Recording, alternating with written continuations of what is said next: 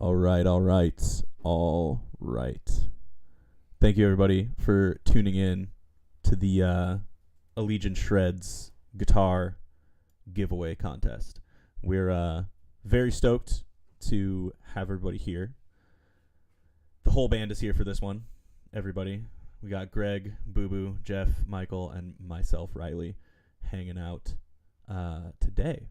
So for those of you who don't know or who haven't seen anything about this on social media, when we launched the album right around that time, we also, Greg and Michael, became BC Rich endorsed artists, guitarists, and now they play BC Rich guitars.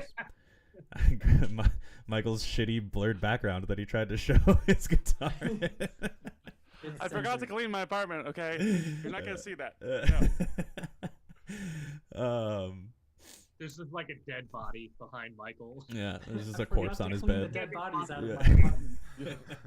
I'm Jeffrey Dahmer number 2. Yeah, but they became BC Rich artists, and BC Rich decided to endorse us in this contest where they are giving away a white BC Rich Warlock with the Allegaeon logo on it. It is this guitar right here. Oh, hold on. Let me move it up to the top. Oh, nope, still not at the top. There it is. Yeah, look at that sexy bitch. So yeah, that's the guitar that we are giving away today. Very importantly, it is signed by Dave Otero. It is signed by Dave Otero. Yeah. Yeah. And the rest of the band. It's signed by the rest of the band, but most importantly, it's signed by Dave Otero. Yeah. And from what I've heard, that's a hard signature to get. Yeah. Yeah. You know, he doesn't really sign autographs because he hates people. Yeah. But now we can He- forge. Thanks. He also has no hands, so Yeah, he's Yeah. just head. he's just head. He's just Just back of back. head. So anyway, we're also going to be giving away a few tab books on this thanks to Sheet Happens. They also jumped on this contest deal, so big thank you to them and to BC Rich, of course. And Night Shift. And Night Shift merch. Oh yeah, we're giving away shirts. Yeah, giving away shirts and shit. There's a whole ton of goodies going out to everyone who submitted. So what we did is we had everybody. The rules for entry were basically, write a solo on top of either Into Embers or of Beasts and Worms or both. We provided stems that didn't have the solos on them, all that good stuff, and we got a ton of people who did it. And all these videos fucking rule. I'm excited to watch them all with everybody. I watched them all earlier this week, and they're rad. They're very good. So big thank you to everybody who submitted and made this contest worthwhile. There's definitely some steep competition. So anyway, without further ado, are you guys ready to watch some of these videos? Yes. All right, let's do it. So our first submission is from a longtime friend of the band, Mr. Rusty Holloway. Rusty. Good man, my man Rusty. And he did his solo for Of Beasts and Worms. So let's check this out.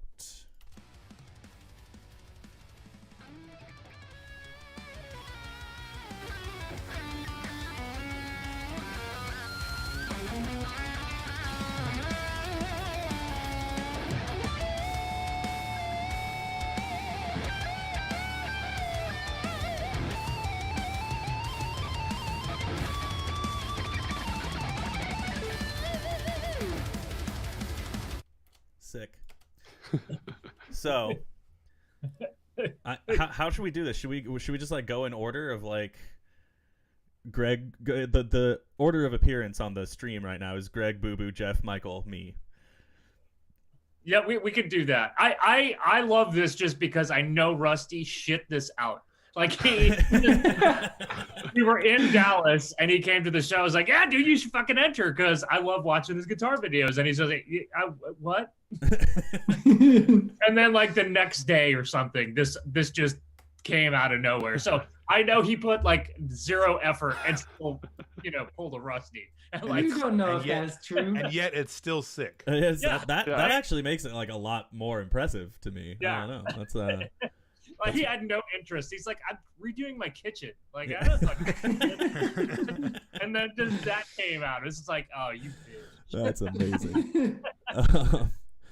Boo Boo, what are your thoughts on this? I two things I'm a fan of. I'm a fan of harmonized leads. So like that little, well, actually it's a two-parter because on top of, I mean, you guys know this, but maybe this will come to surprise to our fans, but I'm a huge purveyor of the sauce. Yes. And this had like a kind of a double point for me because it had the harmonized riff, wow, and just that riff itself is just saucy as shit. So I give it 3 out of 5, 3.5 out of 5 sauce cups. Yeah, and then the vibrato and some of the lead-ins were really sick too. So yeah, I enjoyed that. Nice. All right, Jeff. Yeah. Jeff's takes are always interesting.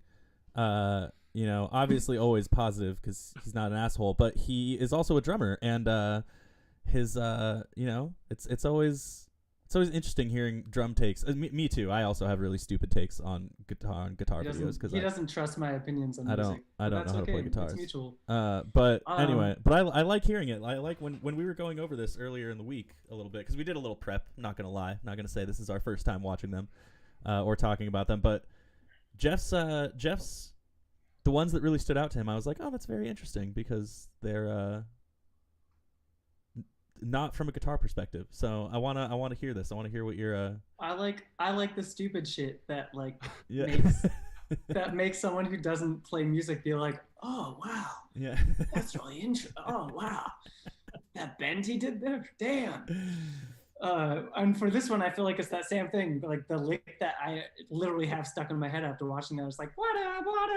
It's like fucking out of Freebird. Yeah, dude. But that's the one that's like, oh damn, that's actually sick. Like that's where the sauce is. That's where he has his. Hey, can I interrupt real quick and talk about how fucking Giga Chad worthy your facial hair is right now? Like you look so fucking sharp right now, dude.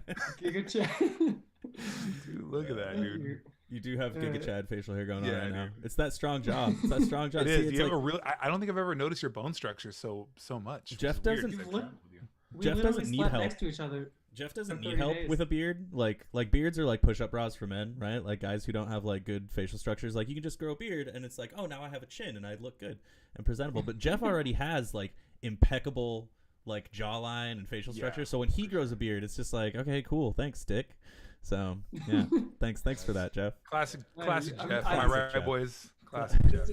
I live my life trying to make you guys feel bad about yourselves, and Yeah. I'm succeeding. Yeah, every day. All right, Michael, what are your thoughts on this video?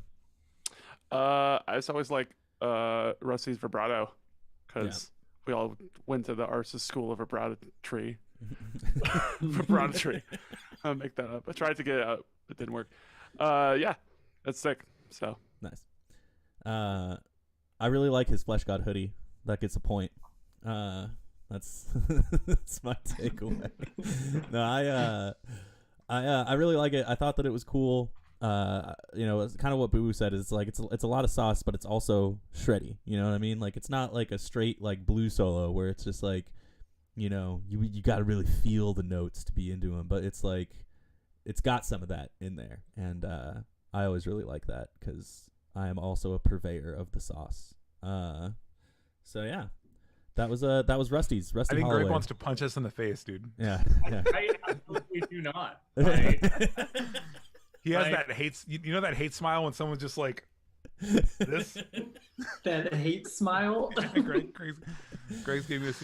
Greg, you also have a Giga Chad chin going on too, man. Jeez, Yeah. what's with you guys going on? I don't know what that means. It means you look good, Greg. It's a You look good. compliment. It's a compliment. I swear on my life, it's a compliment. I mean, from what I heard, Chad is not a good thing. No, right? but Giga Chad is. Go Yeah. Google search Giga Chad after this, and see Yeah. that guy on Michael's screen. That's Giga Chad. Oh, so this is like bollocks is bad. Hey, Greg, hold on. Can you leave that? Greg, can you move your face like that in the camera real quick? Just- Other way.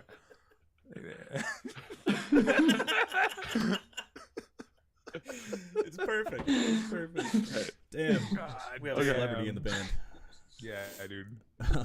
All right, cool. All Next right. video. Next video. Yeah, let's get through these, or we'll never get through them. Okay, so What happens? We decide to do something, but haven't seen each other. yeah. Like, we're like, oh, gotta catch up. So this next one is from Scott Borealis, like the Aurora Borealis, but Scott. He did his. I'm sure he's never heard that before. Yeah. He did his for Into Embers. Into Embers is Scott's submission. So let's check it out.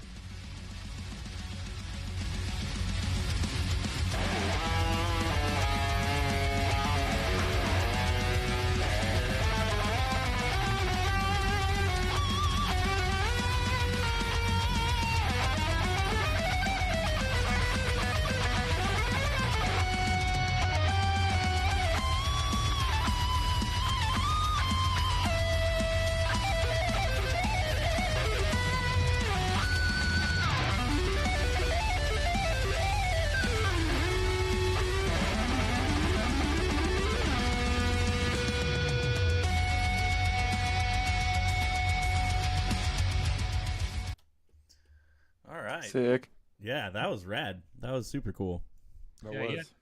He had lots of that harmonization that you like there, Mr. Boo. Mm-hmm. That's true. Yeah. That was going to be one of my points, but I'll wait my turn. Yes, Greg, take us away. He's obviously a really good guitar player. Yeah.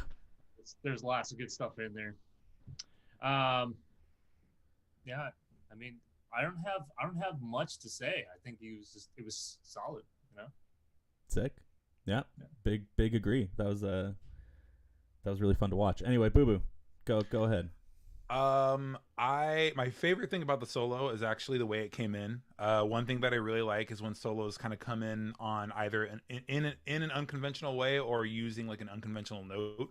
And I felt like that was a really interesting note choice that just hit my ear, kind of odd in a really good way. I will say, I feel like it wasn't super memorable. I mean, not as a whole, but like I didn't have like a spot that really like played in my head, unlike the that saucy riff from the first one. But he kind of reeled me back in towards the end with that crazy harmonized. I was like, oh yeah, this guy's got it. He's got the sauce for sure. So I'm gonna give it a 3 1/4 sauce. Sauce cups. Is everybody just Sauce cups. just make that the standard 3 1/4? 3 1/4 sauce cups. All right, great. Jeff, what are your takes? I don't know if this is just because I have drummer brain and I want to hear stuff that's super basic, but I feel like it was either in some crazy scale mode or had a lot of really out note choices that were almost atonal, and I didn't know if I liked that or not. I thought it was really interesting, but I also couldn't tell if it was interesting in a good way, because it was like clearly super like out, but it wasn't like it wasn't super melodic, and I feel like my brain wanted to jump onto something, but like maybe I just can't understand it because my brain's too small, which is Because you're a dumb old drummer. Because Jeff's a smooth brain drummer. That's what it is. That's what he's trying to say. Just play No, scales, bro. I think our points are kind of the same. It's like it's super impressive. I mean that guy can play for sure. Yeah. It was like a lot going on. Yeah. All right, Michael. So like kind of what Jeff said, except for I liked all the out stuff because I just think like any time I hear a solo that sounds different, I'm like, yes, let's do that. But yeah, there was some parts where like, is that the right out? But I think it was still sick. Like, dude can shred, and like has very interesting ideas. So. Yeah, I agree. I think that the note in question was like when the second half of the solo kind of starts, when it like the tempo kind of drops and it like does that like dissonant like bend up. I thought that was super sick and obviously intentional. You can tell by the way that this solo is written that it's like nothing was unintentional in it. I also really liked the what are those called? Natural harmonics, right? When you like do a little tappy boy, the things he did at the end. Yeah, like 12 frets up from the note. Yeah, that was super fucking sick. I really liked those as like an addition. I thought technique wise, this guy like nailed it on like a lot of fronts. He oh dude, for sure, super sick. So like super sick sweeping. Really cool tapping, the natural harmonics, the like just everything about his playing I thought was very very on point. So Good job, Scott. Precision. Yes, Scott, the Northern Lights Borealis, fucking out here shredding. Precision man. Precision man. Yes. Okay, cool. Up next is Kevin Rengstorff. He also did Of Beasts and Worms, similar to Rusty Holloway. So let's check his out.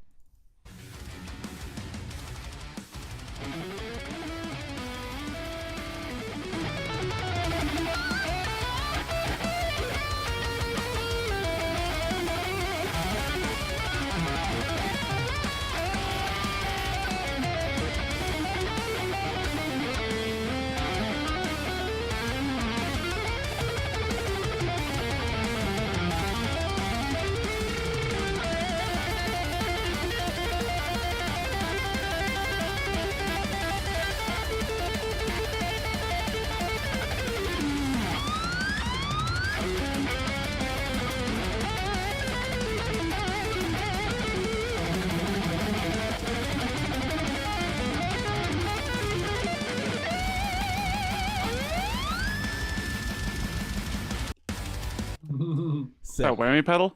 That was rad. That was. Just whammied into oblivion. I love that. Bro. I'll save my thoughts for last though. Greg. One of my many students that entered, and I have so much amazing things to say about Kevin.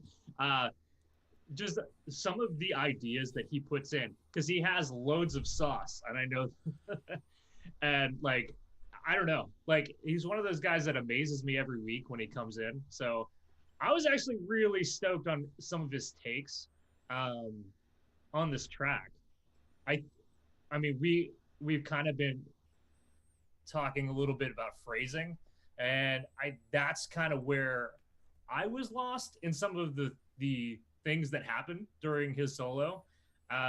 But that's like one of my only really critiques of this whole thing, is like, because some of his ideas are crazy.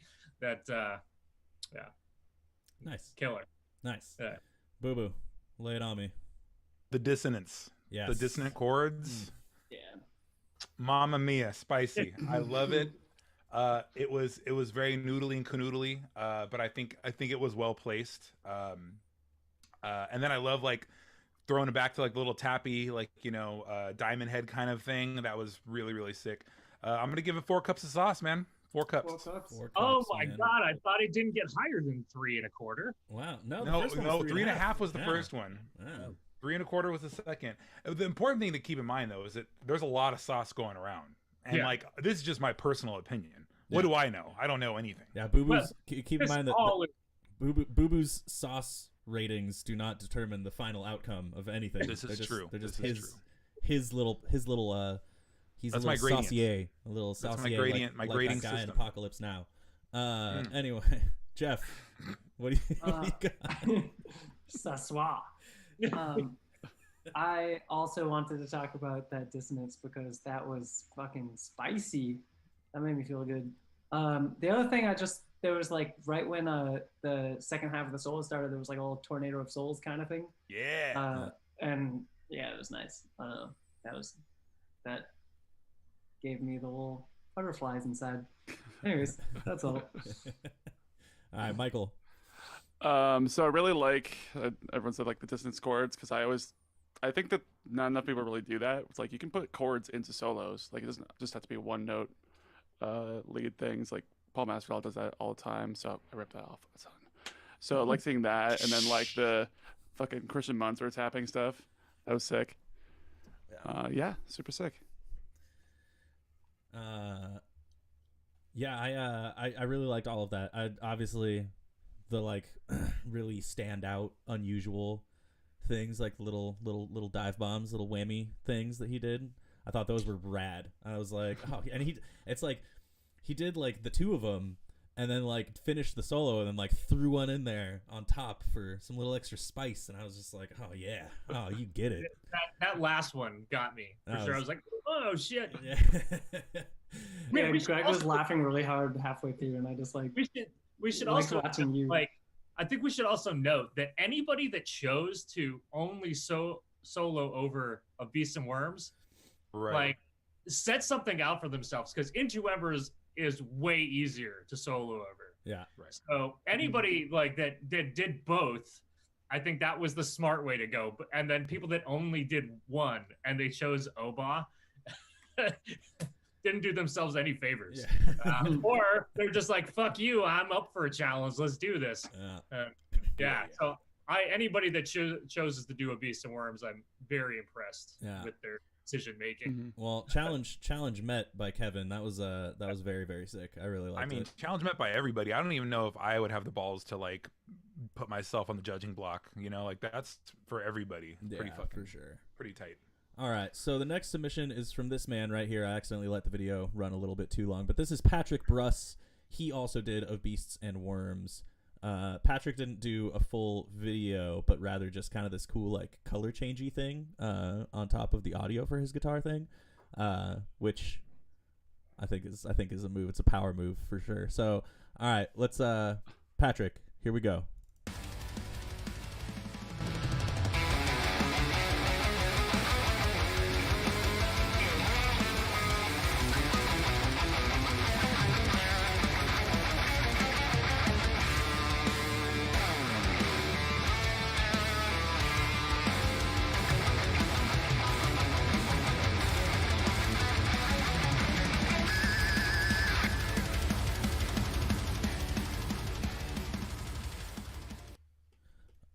All right, Patrick Bruss.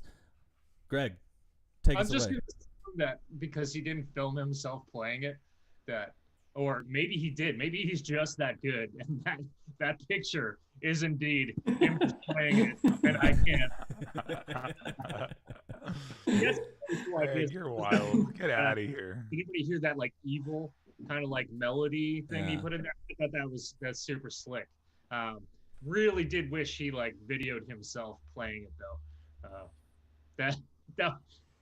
That's my only comment. Like on the negative side, Yeah, I would have loved to see him actually playing, but but it great was- job, yeah, nonetheless. sounded sick Killer. regardless.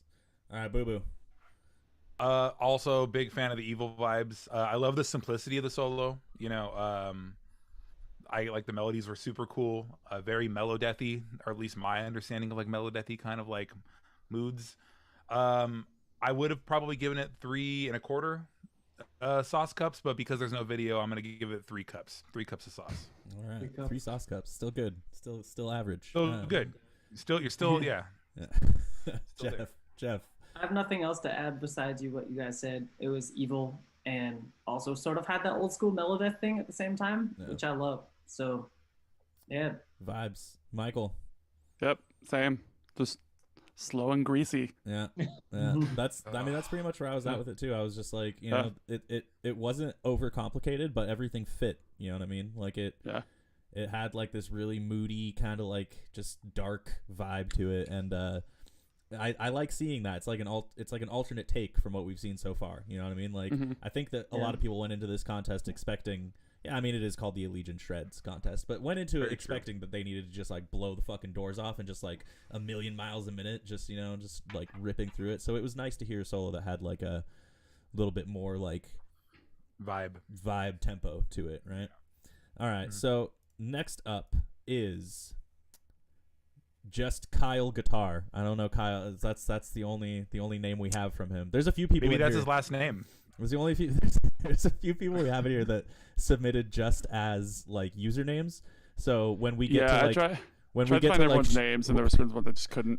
when we get to like Shishi Boy for real, that's we'll but for now, Kyle Guitar, his take on Into Embers. Let's do it.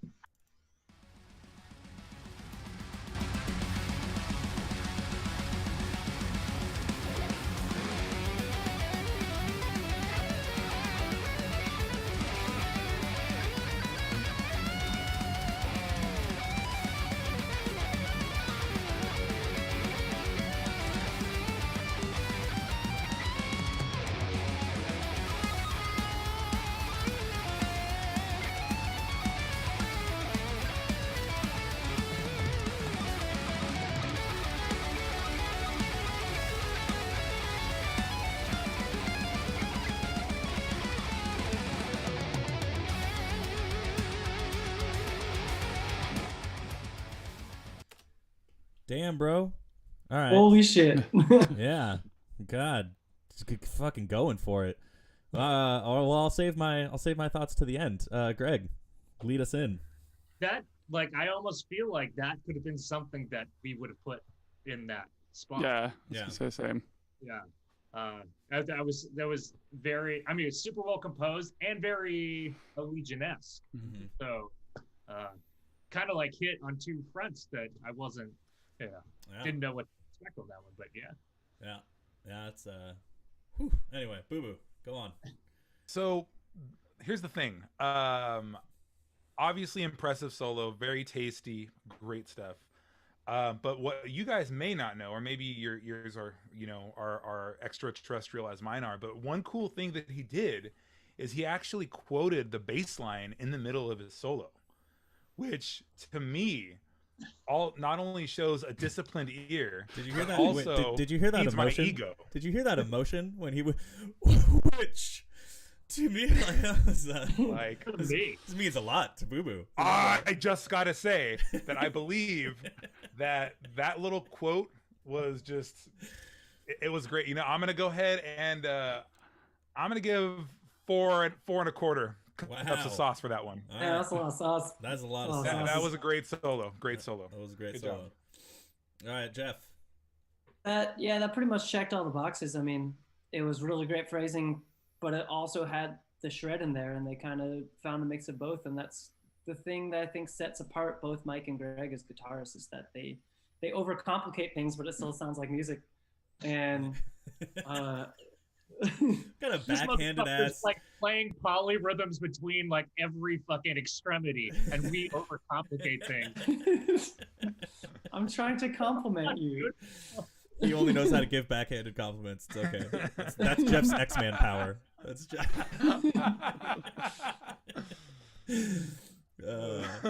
Well, yeah, agree. Yeah, that's all. You're pretty good for a metal guitar player, I guess. Michael.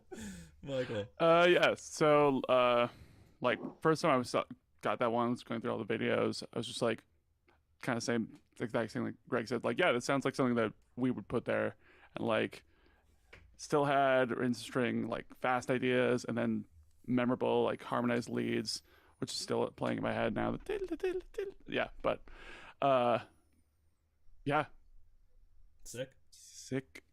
It made me make the face. That's it made me make the face. I was just listening to it, and it got to a certain part, and I was just like,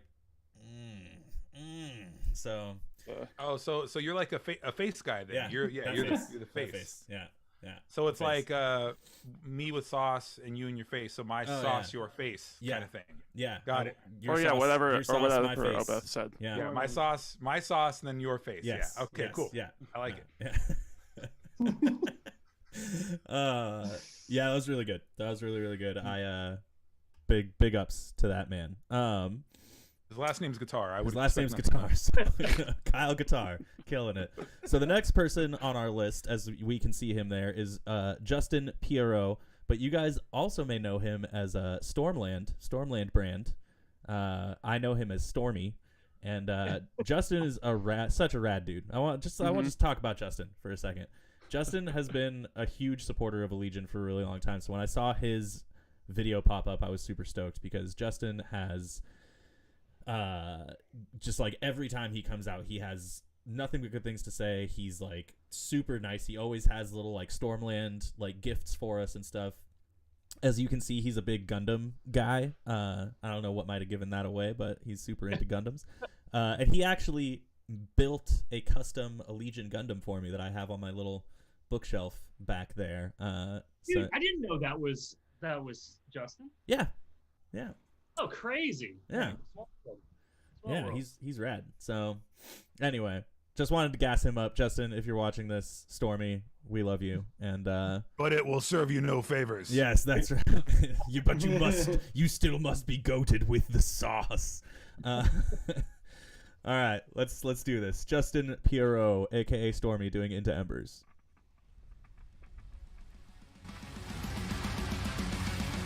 This video's a little quiet when turned up.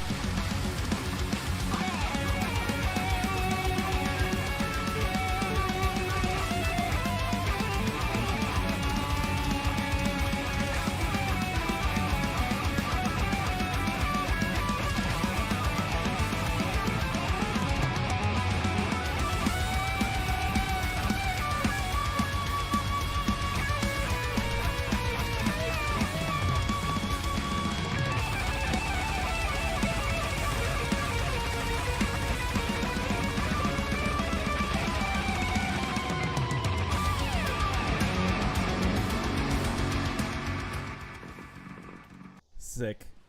Oh, calm down there. All right. So, Greg, take it away. We were talking about like mellow death vibes earlier, and I think this is like heaped in that. Yeah. You know, this is a little bit more like vibe than, you know, shred, which sometimes that's just what is needed, and we should learn from that. Apparently, according to Jeff. Jeff Saltzman. Slow down. I can't hear all those notes you're playing. Plays 30-second beat double bass. Yeah. Is he even saying any words while he's screaming? I can't understand. I like the music. Why is he so mad? What happened to Jimmy Page? Anyway, Boo Boo, go. Two things that got me. Three things actually. He had an effect. I thought that was cool. Nice little touch there. Kind of came with like a delay kind of thing going on. The attention to the video too. Like he had the Gundam set up. He was standing up, shredding it up. Big points for me. I'm a visual guy. And then thirdly, that little wham, that saucy little lick in the middle. Really liked that a lot. All in all, I'm gonna give 3.5 cups of sauce. 3.5. The sauce cups. You're being more liberal with the sauce after that big one. Well, yeah, but you know he really earned The that White Claw's 0.5. kicking in. He earned the 0.5 with that little lick. That down, down, down, down, down, down, down, down, down, down, down. You know what I mean? The down, down, down, that little part. The little down. Down, down. Okay. You just need to have like 3 more White Claws, and then you'll just be like Paula Abdul and just giving everyone 5 out of 5 sauce. 5 sauce cups. 5 Going White to Claws. Hollywood. Going to Hollywood. All right, Jeff. There was one lick that was like, which is how you sing a trill, and it was sick. But especially with the echo and reverb he had, it was like particularly. Everyone's laughing, so I'm laughing. I'm laughing because of how hard Greg is laughing at your, I your just, response. a drummer critiques of guitar is always just like really funny to me. Like if you're in the studio, right, and the drummer, you know, that like the way they communicate, debate, like it's out like all like, you know, they have like a Like onomatopoeia for it, like everything they hit, and then they go over to guitar. I know what he was saying. When he said no, that's it's fine. I found that really fucking. when he said that's how you sing a trill, that took me out. I couldn't handle it. I couldn't. Anyway, carry on, Jeff. Carry on. I like that, and that mixed with the effect was particularly effective. Nice. That's Yes. all. That's Good. all. I have to say. Profound, Jeffrey. Profound. Michael. yeah, that was great. I liked how a lot of times sometimes like, people don't do soloing and they miss like chord changes and stuff like that, but he was definitely like hitting all that, doing like shifting to different spots, and it was like kind of the old school like thrashy mellow death solos, which sick. Yeah, everything I liked has pretty much already been mentioned. I really liked the like delay reverb effect he had going on. It gave it like really cool like dissonant vibes that I wasn't really expecting to hear on top of any of the submissions. So I thought that was really cool. And then yeah, his phrasing was good, his timing was good, and extra points for being a weeb. You know, big Gundam shit going on. So, you know, I'm gonna give him 4 out of 4 kawaii desus. Good job, Stormy. Less points for being a weeb. Yeah. It's on a Greg was smaller trying to chart. say. There's not a 5-point chart. It's a Yeah. 4-point chart. So Pouring out the sauce right now. Yeah. We're down to 3. all right. So All the sauce is Just tartar kidding. Just sauce. kidding. our next submission comes from Kevin Rengstorff. Again, we watched him do Oba about 4 submissions ago, and now we have him doing Into Embers. So Kevin, bring it.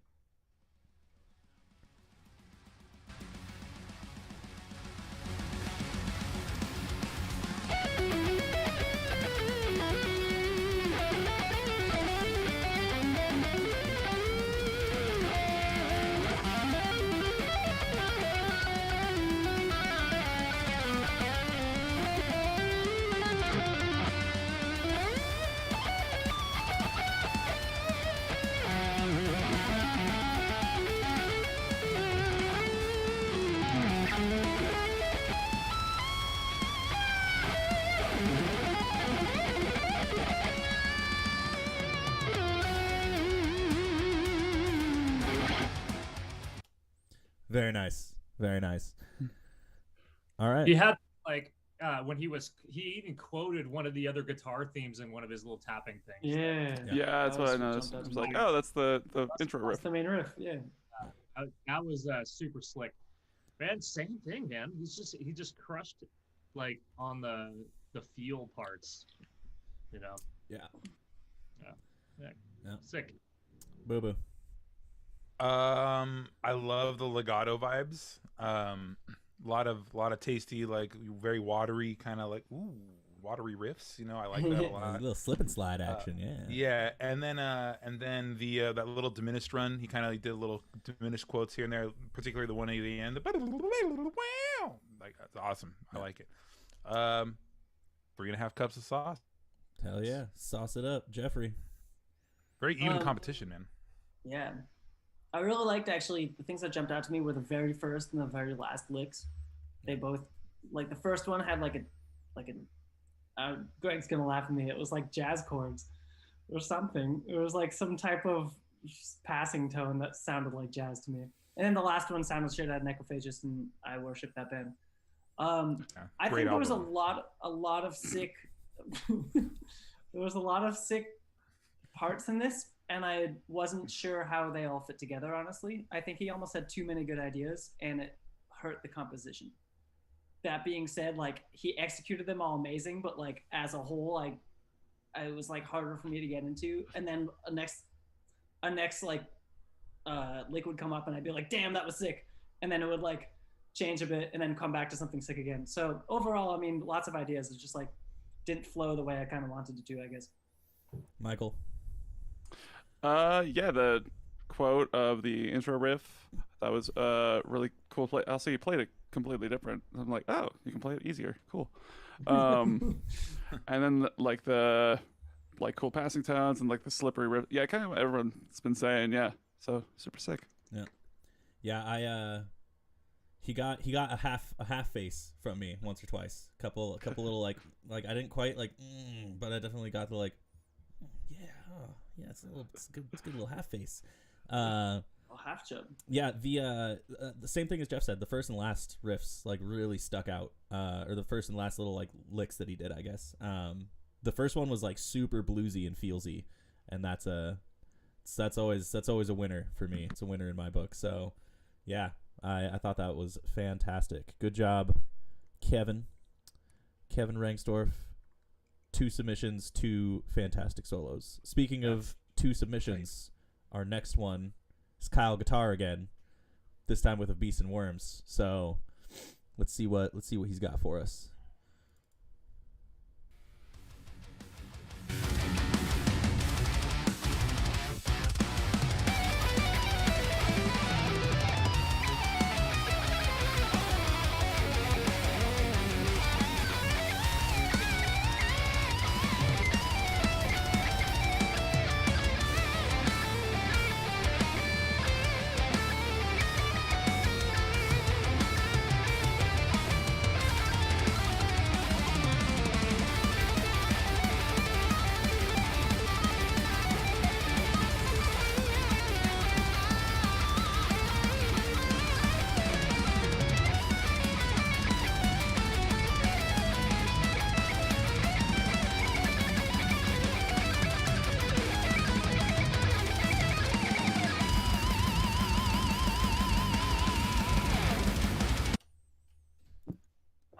I have some pretty amazing feedback for this. Like this solo, the reason why it's so hard is my whole part in this is it's in this weird Phrygian dominant thing. And it's super weird to play in Phrygian dominant because you start to get in this like 4-note trap, right? Where it starts to sound way too like harmonic minor. And it can get super weird to get stuck in that. And then Michael did a favor and like modulated out of it. And then you realize, oh, it's Phrygian dominant in a different goddamn key. So, and the way that Good luck, bitch. it's just like, yes, it's the goddamn same. So, the way that like Kyle structured over that change I thought was really great. But what I thought was even more impressive is in Mike's passage when we go to there's that chromatic buildup, the da da da da da da, like to we're going to see throughout this competition is a lot of people are playing chromatically over that section because logically that's kind of where your brain goes. But what Kyle did here, which I think is really, really impressive, is he kind of took a Marty Friedman-esque like approach to it, whereas he treated one of those chromatic tones as a passing tone and really put it in a key, and then he would slip and slide in and out of it. And by far one of the most impressive things in this competition is how people will tackle that section. And I thought not only did he do it great, but he did it masterfully. Well, And, high praise for Mr. Burgess on this one. Wow. I'm quite impressed with, I mean, even if I just took that last section, like I wish I would have thought about that. I mean, as a guitar player, is that how you approached that section, Mike? Did you just think of it as one of those tones as a passing tone? Yeah, kind of. It was like, or more so, each. I don't know. Sometimes I do this if like you know how you have a solo, it's just like one note, like just an open string kind of took a solo. You kind of have more freedom there because it's only one note, so you can go to whatever key you really want as long as it's has that note in there. So that's kind of how I thought of the chromatic sections. Like, yeah, you just keep on changing what key you're going to be in, and he did exactly what. And not that anyone should play a solo a certain way, but like how You I thought guess, of that. yeah. Yeah, that's great because that would have never occurred to me. So that was like one of the coolest things about this competition for me is like seeing what other people would do, and then like even I'm learning things. I'm just like, holy shit, that was a cool interpretation. Anyway, sorry to talk a lot, but Okay. I was very impressed with that one. Very impressed. Very impressed out of 5 sauce cups. Hey, Boo- watch it. Boo Boo. What do you got? I thought it sucked. No. So kind of like what Greg was saying. It was really cool. A couple things. So I'm not going to give our Michael too much credit, but it definitely has like the Coltrane Changes kind of vibe, where it's just constantly moving, through, and then the chromatic thing at the end. But what was really cool, and I'm really stoked that Greg gave like the technical kind of spread out of it, but the fact that you never really get a home base towards that end chromatic part. It's like you kind of feel at home for a second because you're like, oh, this is familiar in harmony. Oh, nope, no, it's going over here. But then it keeps just like, it's like Sour Patch Kids, or it's like somebody that kisses you on the cheek and then smacks you in the face and then kisses you on the cheek again and then smacks you in the face. It's just really, really cool composition. Oh, you don't like that? Yeah. So drunk Michael. Right. Got it. I'm used to that. Yeah, I know Right, how that goes. drunk Michael, yeah. Anyways, so very, very, very cool. And then also matching the vibe shift once it kind of goes into the fast double kick part, going into the little tappy part, and then that little tappy motif, that really, really, really catchy. 4.5, man.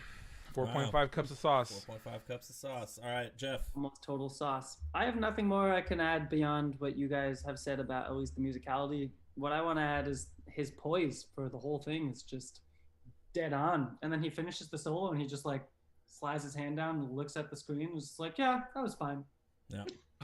Very, so casual, very just well like flexing composed on us gentleman. like Yeah. that. Yeah, Oh, I thought I felt like I already said my part with Greg, but yeah, it's like it's a hard passage to do the second half, and I thought I just executed like I said this on the last kind of video he did, but yeah, it's like sounds like passages that we would use or something like that. Yeah. So Yeah, I mean, I think the only thing I have to add is his excellent taste in t-shirts. So good and fairy shirt. He was wearing a. I mean, he was. That's What right. else? What else can be said at this point? He was just. You're fucking, just like really into Who? t-shirts today. just to make- Flesh God and Fairy. I'm a fan of these t-shirt choices. Clearly have great taste in shirts. Yeah, I have a great taste in shirts as well.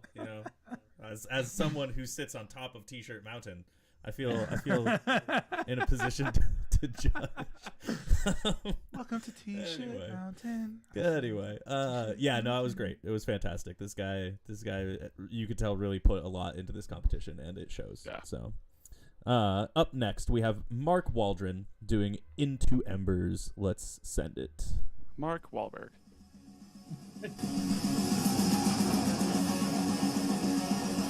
Damn this guy.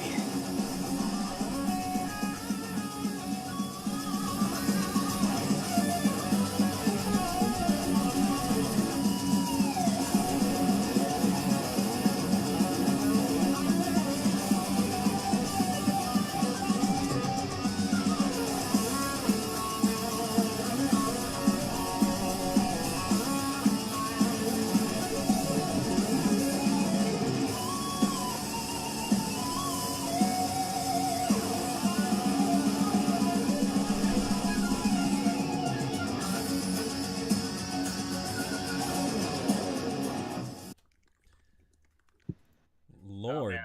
Lord have mercy. Yeah, Mark, his old band used to like play with Allegion like back in like 2007. and Wow. shit. So Damn. like it was so cool to see him enter. One of the coolest things that I have to say about that solo and some of these that we've seen is that Mike and I have had a big discussion about like having contrasting rhythm sections to play over within what we do. And Mark nailed that. So when like it goes from the riff to the more chordal part, his solo flowed with that and he got more melodic over the chords, which is one thing that, you know, I know we tried to do, or at least I try to do, because when you have those harmonic footholds, you can really make a catchy melody, and he did that. So, yeah, bravo, Mark. Yeah, Killer job. absolutely. Boo boo, give it to me. Three things. Firstly, the shirt choice, 10 out of 10. Yeah. Yeah. And I am going to include that because it does. I mean, he put thought into it.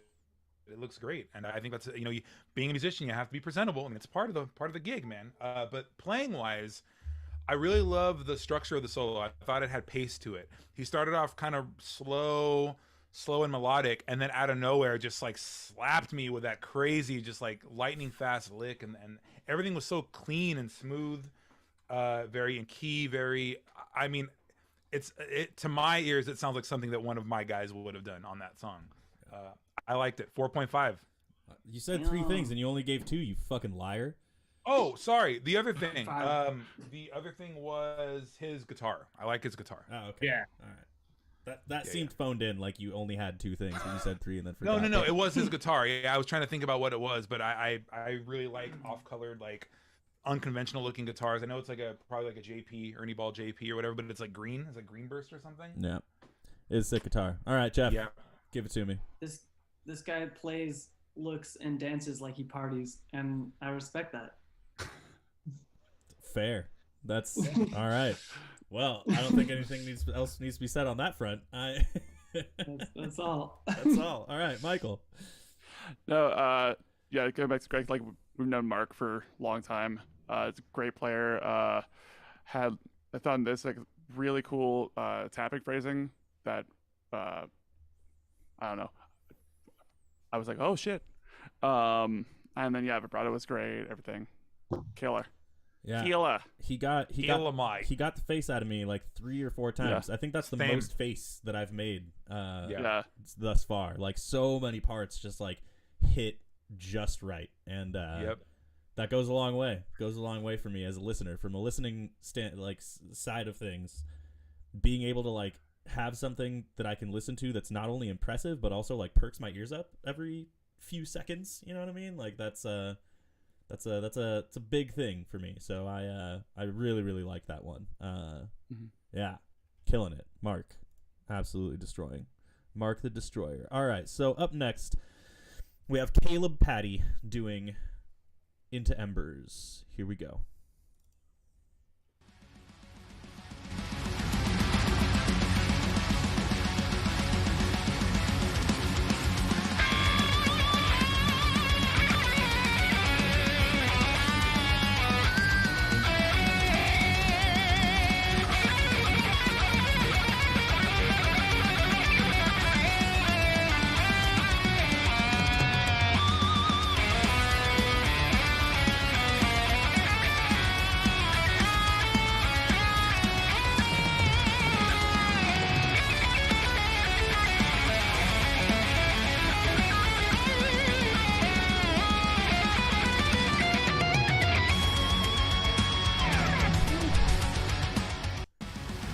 policy. Oh, there we go. All right. Yeah, once again, man, quoting the song in the solo. Yep. I think that's some of my favorite thing to do. Not that I do it ever, but I love that. I love it when I hear guitar players do that. Usually when it's like if you're quoting like a vocal line or something like that, that's when it really gets you. But like to do that to a guitar line, I think is just as sick. I wonder if he's actually left-handed or his camera flipped it. Oh yeah. I don't know. You get extra points for being left-handed, you think? No, less points. You get less points for being left-handed. Yeah. Okay. Yeah, I was going to say the same thing. Enjoyed, Caleb's composition. Yeah. To be honest, I really, really enjoyed it. So. Yeah. Into it. Boo boo.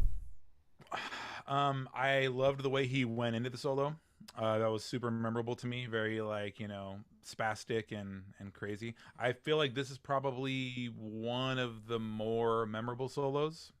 Everything was really singable and like, memorable to me. And I like that a lot. Everything was just kind of smooth and in the pocket. 3 3/4. 3 3/4. Sauce cups fold. Yep. Jeff. 3 3/4 sauce. I think the whole thing was important. Like there wasn't really anything wasted there, which I appreciated. It was a full composed solo. It wasn't like there was any lines that stood out as bad to me, which is great. I also just immediately the first lick gave me stank face. Yeah. And that's so huge, especially as the beginning of the solo goes. You want the first line to just come out swinging, and they did, and then it made me want to listen to the rest. So sick. Hell yeah. Miguel Stancilito. Yeah, definitely that. Just like gross bends just to start it out, and then he like kept it with kind of like the faster nasty stuff, and then went into just a ton of like memorable like melody lines, and then like really cool outside arpeggio shapes, and the quote and all that. Super killer. Yeah. So. Yeah. I that solo first few seconds, it took me a minute. Took a second to grab me, but then when it grabbed me, it like choked me out. Like it was amazing. Like it the way that solo grew and progressed was like just phenomenal. So yeah, big impact on that one. So Hey guys, do you mind if we take a little YouTube break here for a second? yeah, we can take a little pause, little pause. Take a little YouTube break. Well, we, for those of you guys watching at home, we got a little chat running, so I kind of wanted to share some comments and questions, perhaps. Yeah, of course. Let's take a look here. Alrighty. So Riffomancer says, Riley, I love your shirt. So clearly, thank you. Here, I'm gonna switch our little thing back to us just talking here for a second. Yeah. That's I hate great, your shirt. right? Yeah. Influencers is who? He's in the competition, right? Oh yeah. Let's see. And then Hi I from see Argentina. Hello. Hi from Spain. Oh, here we go. Rachel Watt wants to know, comment and a question. Great competition. How will you guys be deciding? So, I'm gonna give you guys a little bit of a spoiler. We've already had a lot of conversations about this. Okay, I'm not gonna say whether or not we have decided or not, but we definitely, like I said at the beginning of the stream, we did a little bit of research. We all had conversations. We all brought our thoughts and opinions to the table. So, to keep a little bit of the mystery, I'm not going to tell you exactly how we decided or if we have decided, but decisions have been made. Jeff wins on a few different regards. Jeff wins. That's the one. I get the guitar. FYI, Riffomancer says my real name is Greg. By the way, I think I deserve points for that. Okay, so hold on. Ariel E. Alba said something that resonates with me particularly because I thought the exact same thing. Caleb, for a moment, looked a little bit like young Dave Mustaine. I think that I did not notice that. I did. I did notice that. It's the real me. Yeah, it is the real him. Hello, me, it's Caleb. Yeah. Okay, Spectria official. I love both this one and the preceding one, but my guitarist also entered, so I'm biased and hoping he wins. Well, now we know Spectria in it just for the guitar player. Wow. You gotta admire the loyalty. I love it. To add to this, it was extremely difficult. Yeah. There was a lot of back and forth over the past week of us, watching everything, talking, deciding, all that kind of stuff. So, and you all got to keep in mind, like, a lot of this is subjective too. Oh yeah, and it's like everyone that submitted is incredibly talented. You know what I mean? Like, it's not like there was one or two people that like really stood above the rest, like by leaps and bounds. You know what I mean? Like, everybody had something that to offer that they just like crushed it with. So, it was definitely, like I said, a lot of back and forth, a lot of conversations between us in the deciding side of things. The word sauced was used about like 500 times. The word sauce was used a lot. Yeah. And I'll be the first to say I haven't made up a winner in my mind yet. So for what it's worth. Yeah. And that is the truth. My shirt's getting a lot of love. Just so you guys know, there's like 4 or 5 comments that are just like, wow. I'm sure you weren't surprised. well, it's just are you gonna take Doom Come over Agony Scene fucking any day of the week, my guy? Just saying it. Bro, I don't give a shit. There's no one on here being like, sick Agony Scene shirt, boo boo. Someone better though. Someone better add that to chat. Everybody compliment Agony Scene in chat right now. Anyway. All right, you guys ready to jump back into these vidges? Yeah. All right, let me get my shit back put together over here. All right. Here we go. So our next submission comes from Shishi Boy for Real. I was talking about them earlier. And this one is both. This one is both solos in one video. So we're like gonna back to back? I think so. It's like one goes, fades out, next one starts. Did you not watch them, Boo Boo? I did. All right, Shishi Boy, for real. Both solos. Let's do it. For real.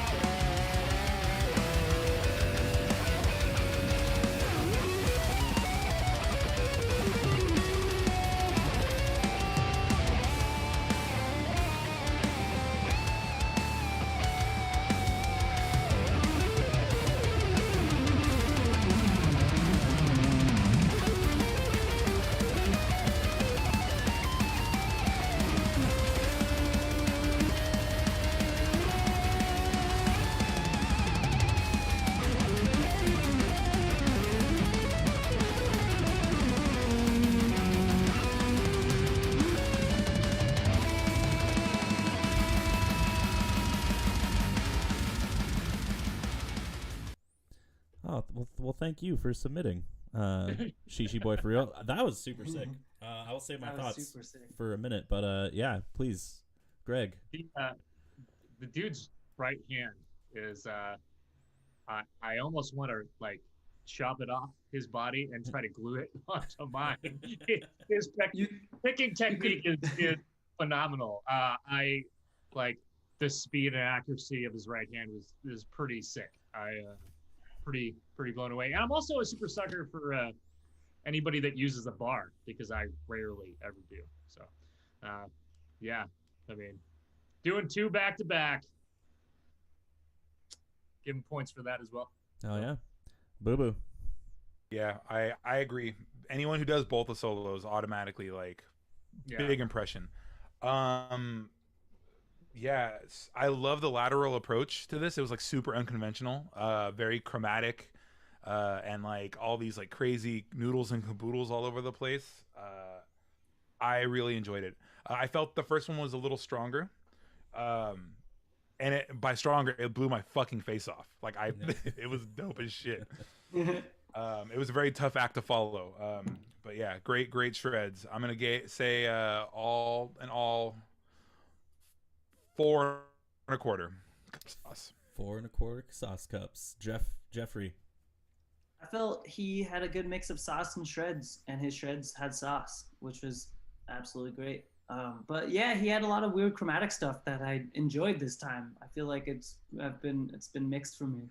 But this time he had all these weird notes that definitely weren't in key but worked, and that's super impressive and also sick. Jazz. It's jazz, man. I feel like he could rip jazz. Yeah. Like especially the last line he was playing over Mikey's chromatic stuff was like that was a Charlie Parker riff. Yeah. Sick. So sick. Michael. Yeah. I thought the Into the Ember solo was killer, like super shreddy, but then had like, well, I noticed there was like one thing that it reminded me of like this crazy Steve Vai like arpeggio thing that he does when he's like going Steve Vai land and making weird faces. Steve Island. Steve Island. Steve Island. Steve Island. But yeah, it was super great. And like, I think he nailed the chromatic stuff too. So. Hell yeah. Yeah, I really liked both solos. They were both very, very well executed. I really enjoyed the fact that he framed his shot in such a way that you could see the waveform moving behind him, and that you could see he was like actually recording that in real time. A lot of videos, our buddy Dean Lamb from Archspire actually made a really fun little 5-minute video talking about this. But a lot of guitar players who do like online stuff and stuff like that, they'll oftentimes music video it, right, where it's like you record it first and then you kind of like pantomime to the recording, right? Like obviously you have to record it, whether you do that in chunks or if you do that all in one take or whatever, like it is what it is. But a lot of guitar players will generally record it first, pantomime on top of it, and so it was really cool to see that like, oh hey, look, if you look in the background you can see that I'm like playing this in real time. And I'm sure there was editing and all kinds of stuff that they did as far as like the sounds applied to it and the effects and stuff, but it was really cool seeing that for me. Another really thing I wanted to point out is I know the Into Ember solo has been getting a lot of love, but the way that the Beast and Worm solo started with that just like those dirty fucking like parts that he did were just like that hit me right in my little grindcore heart. So I really enjoyed that. So overall, fantastic submissions. Shishi boy for real. You mystery person. That was excellent. All right, so up next we have Jason Christopher. His are fortunately right back to back, so I'm just gonna let these two videos play as well. But he does Into Embers first, and then he does Of Beasts and Worms. So let's check it out.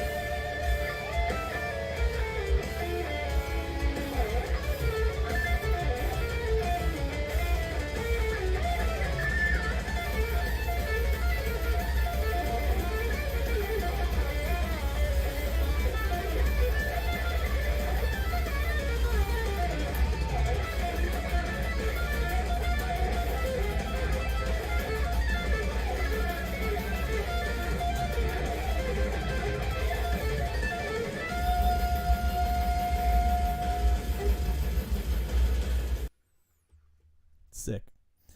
Oh yeah, good to see Jason. Yeah. I wanted to say that real quickly as well before we start going into our usual rundown, is that Jason, also very long time friend of the band. This is And this our Tucson crab guy. and our Tucson Yeah. crab guy. He has donned the crab He's been the costume crab. on Man's been a stage crab. several Yeah, man's the times. crab. What can I say? Crab. I didn't know that Jason like shreds. I did not know that he was like a ripping guitar Oh, player. Dude, Yeah. his band is really sick. That By the is gods. incredible. Super sick band. I knew he was in a band, but for some reason I always pictured him as a vocalist. He's just got vocalist energy. I don't know if that's a good or a bad thing. Sorry if I'm insulting you, Jason, but yeah, he's fucking. Does have vocalist energy. It's just a No, self-centered I get it. I No, mean, it's no, better I than get saying it. you have bass player energy. So. No, he's Fuck great. you. He's really good. So that was a pleasant surprise, not only seeing him, but then also learning for the first time that he's like a ripper. So anyway, Greg, thoughts? Yeah, I mean, the main thing that stood out to me is how he phrased the beginning of Beasts and Worms, Mm-hmm. taking the little like staccato riff and then putting that in. I thought that was a really cool use of the line, and because that is the harder of the two. To make something memorable out of that, I think is a huge like feather in his cap that happened. So, yeah. Hell yeah, good Hell job, yeah. Jason. Boo boo. Yeah, same. I thought that was the first thing I noticed. That like the little stuttery, like staccato phrasing was. I was like, man, where have I heard that before? Oh yeah, it's in the song. I thought that was really, really cool. Very, very sly man, Jason. 4 cups of sauce. 4 cups of sauce. Jeff. I would like to ask a question on the sauces. Is each cup of sauce a different type of sauce, or are they all like ketchup? No, they're all Ketchup. What the fuck? Ew. Ketchup barely quantifies as a sauce, my guy. Dude, it's No, but think about ketchup it. is It's in a taco. cup. Now I want to throw How many sauces? How many sauces come in cups? Bro, Okay, marinara. Fucking. yeah. What? What would sauce come in besides a cup? Oh Saucer. It would come in a sauce. Bags of Anyways, sauce. I You're digress. making Point bags is, of sauce. What kind of hellscape is Boston? okay, listen. We don't Listen. have All right, sauce, we okay? got to stay on. We got to stay on track here. Yeah. Sauce. It's one kind of sauce, probably a pasta or marinara sauce of sorts. That because it's like spicy meatball. Like it's like you're cooking your chef sauce. Like that's how I perceive it in my mind. Yeah. Apparently Jeff thinks of ketchup, so gonna have well, to find Jeff's a new from fucking I'm drummer. imagining those little like paper things filled with ketchup that you Wow. get like to That's dip fries insulting. into at, like, That's Moving on. moving on. Moving Anyway. on. Anyway. Jeff. I'm really impressed that man can shred with his little crab claws Yeah. because it's really It's unwieldy. a costume, Jeff. Come on, dude. He's not a crab wearing a man suit. Jesus. Oh, Yes. that makes way more sense. Yeah. I dug it though. I thought it was really cool, really good shreds. I enjoyed. All right, Michael. Yeah. Super killer on both attempts. Got like a lot of things like just still playing over changes, doing all that, like all the good stuff you should be doing. And yeah, I guess I hadn't seen Jason play in a long time, so when he submitted, I was like, oh fuck, he like got like fucking. He was shredding before, now it's like saw this like, damn Jason, shit. Got way So, better. Yeah. So yeah. Matt, he's So really good. love you, miss you guys in Tucson. Yeah. I'll be back. Yeah. I Well- there were a couple parts that got face from me. But particularly that second tapping section in the Beast and Worms solo. The way that came in and just kept flowing was yeah, it was real good. That was real good. Oh, you know what I just noticed that also he gets points for? Is that headlining Allegaeon poster right directly behind him. Mm-hmm. Yeah, look at that. Mhm. Look at that. Anyway, we love Jason. Jason's a great dude, and His band's on that show, isn't it? yeah, that was that had like a really weird name. I can't remember what the name of that festival was. It was Summer Good, Summer Evil, because it was in summertime. Get it? Yeah. Anyway, so our next submission comes from. Who does it come from? Oh, someone with a username. Eetuernisma? What? Okay, it's E2. it's EETUHERNESMAA. No, I think his name is just E2. His name is just E2. Okay. Yeah. I couldn't tell. It's all lowercase, so I can't tell where one word starts and one word stops. But That was Anyway. one where I tried to find his name. Couldn't find it. So well, username. E2. You're getting E2. That's hopefully your name, and if not, it sounds cool anyway. So, E2 doing Into Embers. Here we go.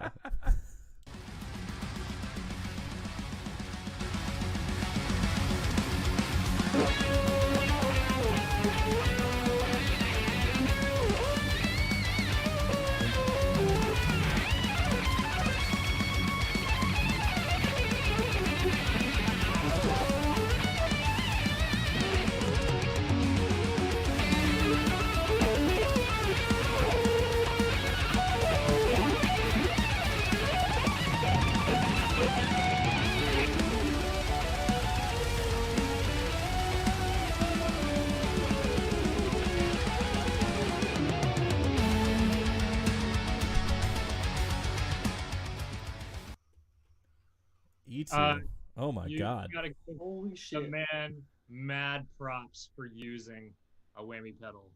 Yeah. Yeah.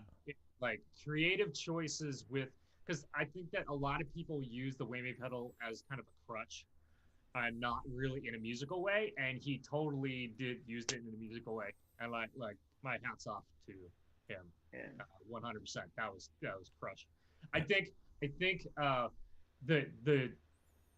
things that like we could take from that though is that I think it hurt the tone after a little bit, because it came out so killer in a lot of places, and then what I think would have been like even cooler is if it went off, because then you got that filter type thing, and I think that kind of hurt. That went off when he did the harmonies and stuff like that. Mhm. The tone changed, and like if he would have used that a little bit with the different sections, I think that would have been like incredibly even more killer than it already was, because that was super sick. Nice. So, yeah. Boo boo. A couple things. That guitar solo stressed me out. Just, like listening to it.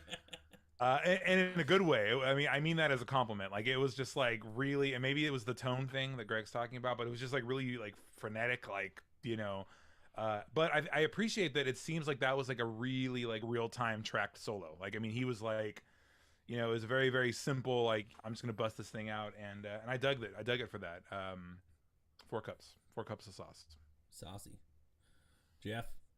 I had Stank face from the beginning to the end. Yeah. That was really interesting, and I felt like that was possibly the most unique take on it so far, but it worked. It wasn't like, oh, I'm gonna do a totally different thing from whatever anyone really planned for that part, and you know it's gonna be cool, but like who knows. But this one was like really out, but actually fit and was like in the pocket and like really interesting ideas, and that's just super impressive. If this guy has a band, I want to hear it. Yeah. I felt like he had almost a little bit of Phil Tugas vibes. Yeah. Absolutely. Really Michael. enjoyed it.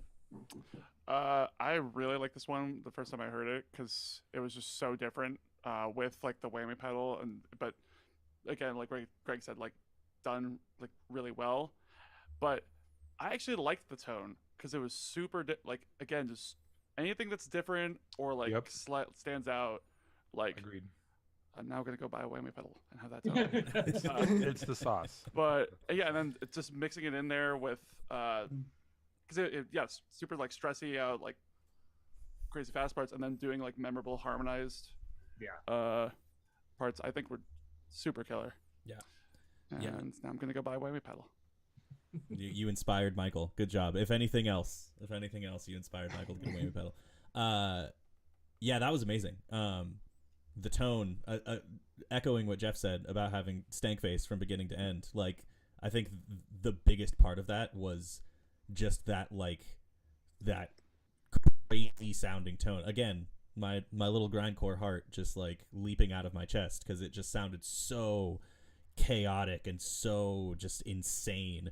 And like guitar playing like that, especially like soundscaping like that, is a huge points from me for that one, because that's just like, it's so cool to hear people do stuff like that and really like think outside the box. So yeah, big big ups for E2 on that whole solo, because that was. It looks like E2 got a couple shout outs too on the YouTube chat. Oh yeah. Yeah, What a couple people. Tell us where you're from, because your name is very. I've never seen that before. And he was wearing a Vervum shirt. Also, again, more points. Good T-shirt. Love the Vervum boys. So. Cool. All right, so moving on, we have another one from our buddy Mark Waldron. This time doing the Oba of Beast and Worm solos. Let's do it.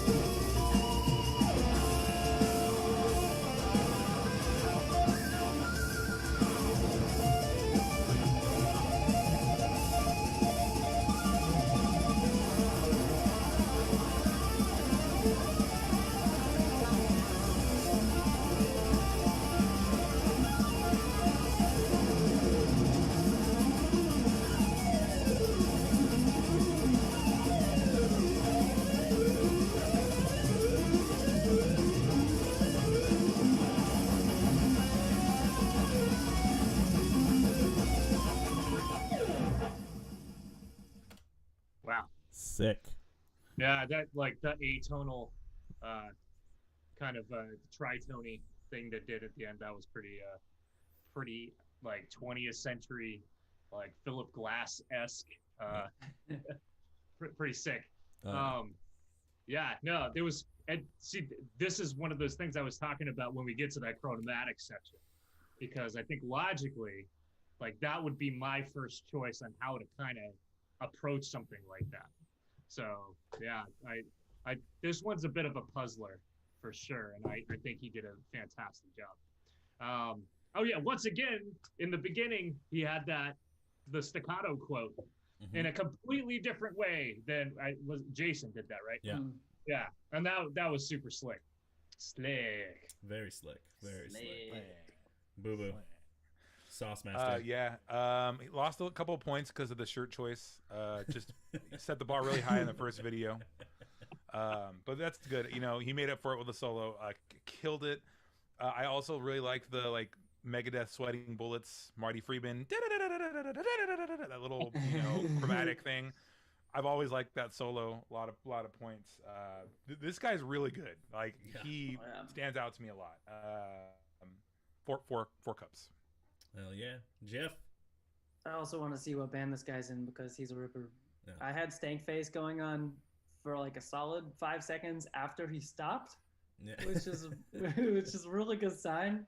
But also part of that was that he kept soloing when the solo section was done. When it went to that death metal cryptopsy part, he just kept ripping, and I don't think anyone thought of that before. That was just a good out of the box this is my solo. This song is for soloing. Yeah. Michael. Yeah, I thought it was great. The blues. I want to say this a director way, but the boomery fucking part was yeah. I loved it. I loved it. That part was super sick. Worse. Just because not really heard a lot, but did it really well, and all the quotes I thought were great. So. Yeah, I forgot about that part, but that's one of the coolest things that out of left field generally when playing this diatonic is to throw that bluesy shit in, and it's where are we? When you go into AC/DC land, sometimes it's the coolest. Yeah. You're in the jungle. Yeah. You're in the jungle, baby. You're gonna play riff. I forgot about that part. There was so many parts in there, but yeah, that part was super sick. I'm sorry to interrupt. No, that's good. I was gonna kind of echo that same thing. Is that it's just that little bluesy lick was super cool. Really set a cool precedent, and then totally deviated from it, which is a nice little thing for me as a listener to be caught off guard and hear stuff that's unexpected. I also want to emphasize what Jeff was saying about how he just kept going with it, you know what I mean? And I think that that's really cool. That's the first submission that I think I've heard thus far that has like played outside the parameters of like where the solo already is in the song.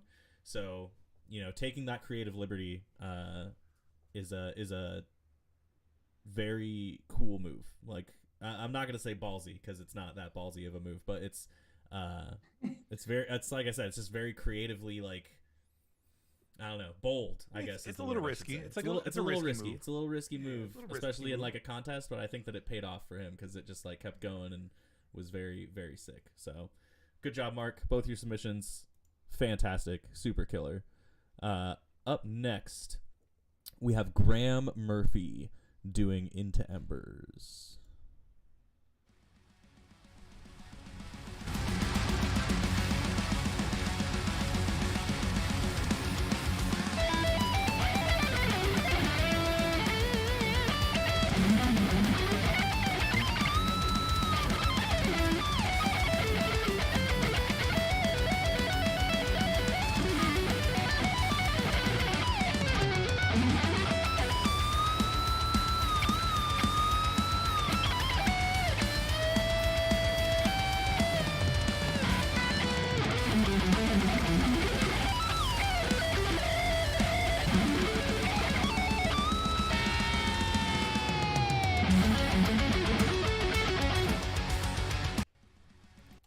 Sick. Did he tap a harmonic with his pick over the pickup in there? I think so. Oh, maybe. Did I just see that? Yo, that's Muhammad, dude. That's Muhammad. That- Straight up. That's Muhammad right there. There was some parts in there that I was literally just like, what is happening right now? yeah. In a good way. In a good way. I don't want to. That man took the Elysian Shreds thing seriously. Seriously, Yes. yeah. So, yeah, that I think he, dude. I think pretty sure I saw that where he tapped a harmonic over the pickup with his pick before he went to some crazy. That's where I'm at. Crazy. Boo boo. Give us your cups of sauce. Dude, I like it. I just, he won me over because he already kind of looked like Muhammad in the beginning. And then, as I was just playing, I was like, man, this is great. I was just smiling the whole time. I don't know if you guys saw that visually. I was smiling. Yeah, I like it. 3/4 sauce. I dig it. Hell yeah. Jeffy. That man's fingers move really fast. Like Yeah. I feel like he hit every single note on the fretboard. It was like all the way from the bottom to the top. But honestly, the thing that like was memorable was there was one fatty bend right in the middle, and just it was like amidst all the chaos, like finally when you sit on that, it's like ooh, that's where it is. That's where the sauce. Look at his hand. Also, It did. That's the equivalent of the. Yes. But the drummer is that the drummer equivalent? That's Yeah. the Italian equivalent. It's the Italian equivalent. Yeah. This is hand language for sauce. Yeah. Hand language for sauce. Sauce. It is Not sign It says language. hand No, language for sauce. hand Hand language. language. Hand Yeah, language. Language. ASL for That would sauce. probably be more correct because it's like no, it's like your hand, like your body language is your hand language. Yes, of course. The Shut AHL, American It's been Hand a long Language. day. Michael, outside you of get nothing outside of now. hand language, what do you have to contribute I'll to give you this some hand submission? After the stream. No, it's killer. With the crazy tappy thing where it's just like, what the fuck? Yeah. Super cool playing. Sick. Riley. I didn't know you were done. God. So Fuck attention. It was No. denoted by I'll that show you some long hand never pay language. attention. silence. I never pay attention when you talk, Michael. I thought it was really sick. I thought that like the overall chaotic energy again, like I'm here for that shit. Like anything that just is super crazy, over the top, like that's my jam. And then that big bend in the middle, that was just oh yeah, it felt really good. I also like the little like whammy bar spank that some guitar players do. I like that a lot. The flutter thing. The little because, not so much from like an audio side. It does sound really cool when they do the little like that thing's really cool. But It's also very visually appealing because it looks like he's just giving his guitar a little one of these. So See, and visual matters. I'm telling you guys, it does. matters. It does. It matters. All right. Well, that was rad. Very stoked on that one. Thank you, Graham. Our next one comes from another username person, I think. Anopsia Everland, doing Into Embers as well.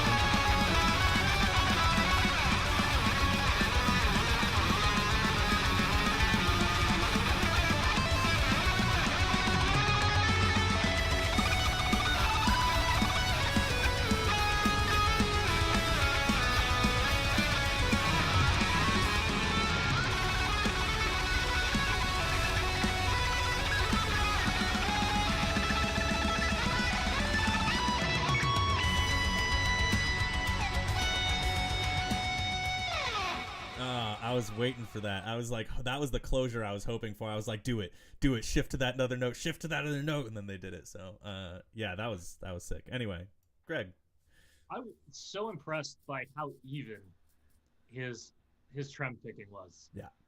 I don't think I could play like that. That was way impressive, actually. Yeah.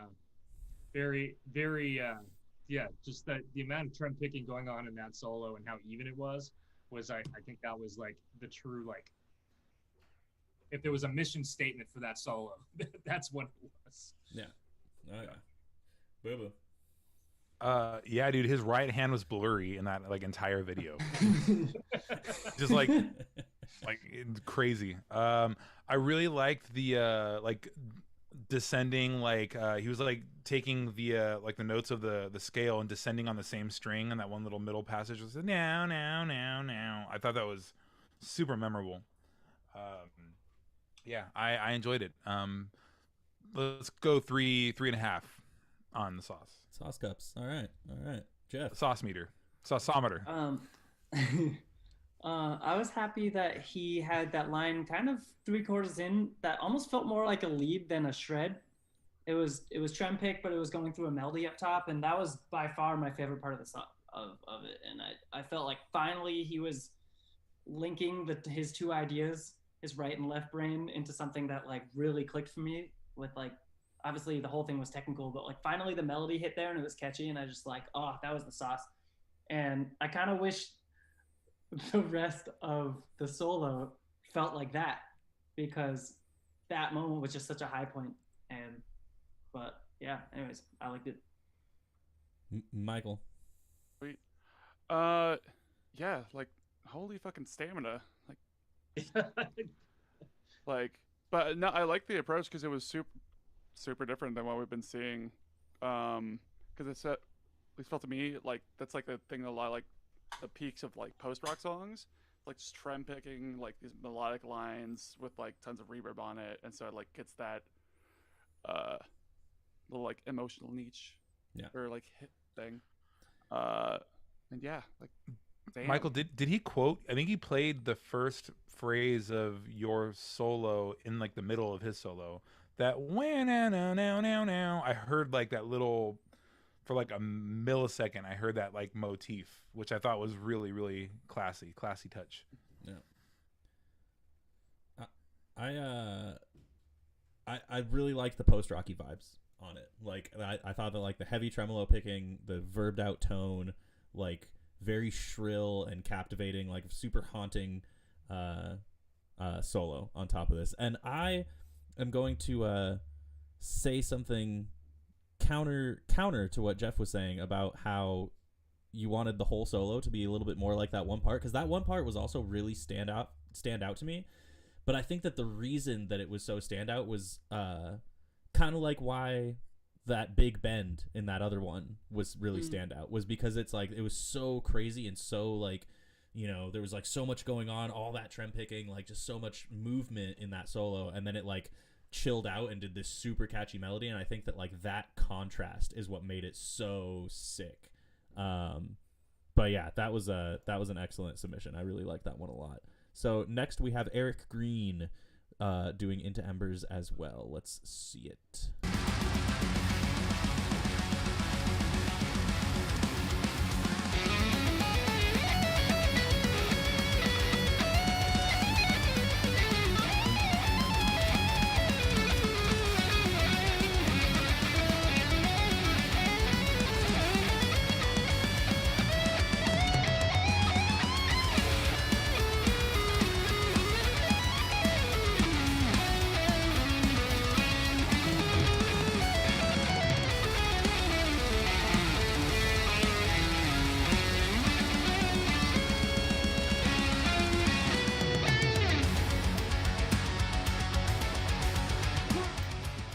Yo, that bass quote though.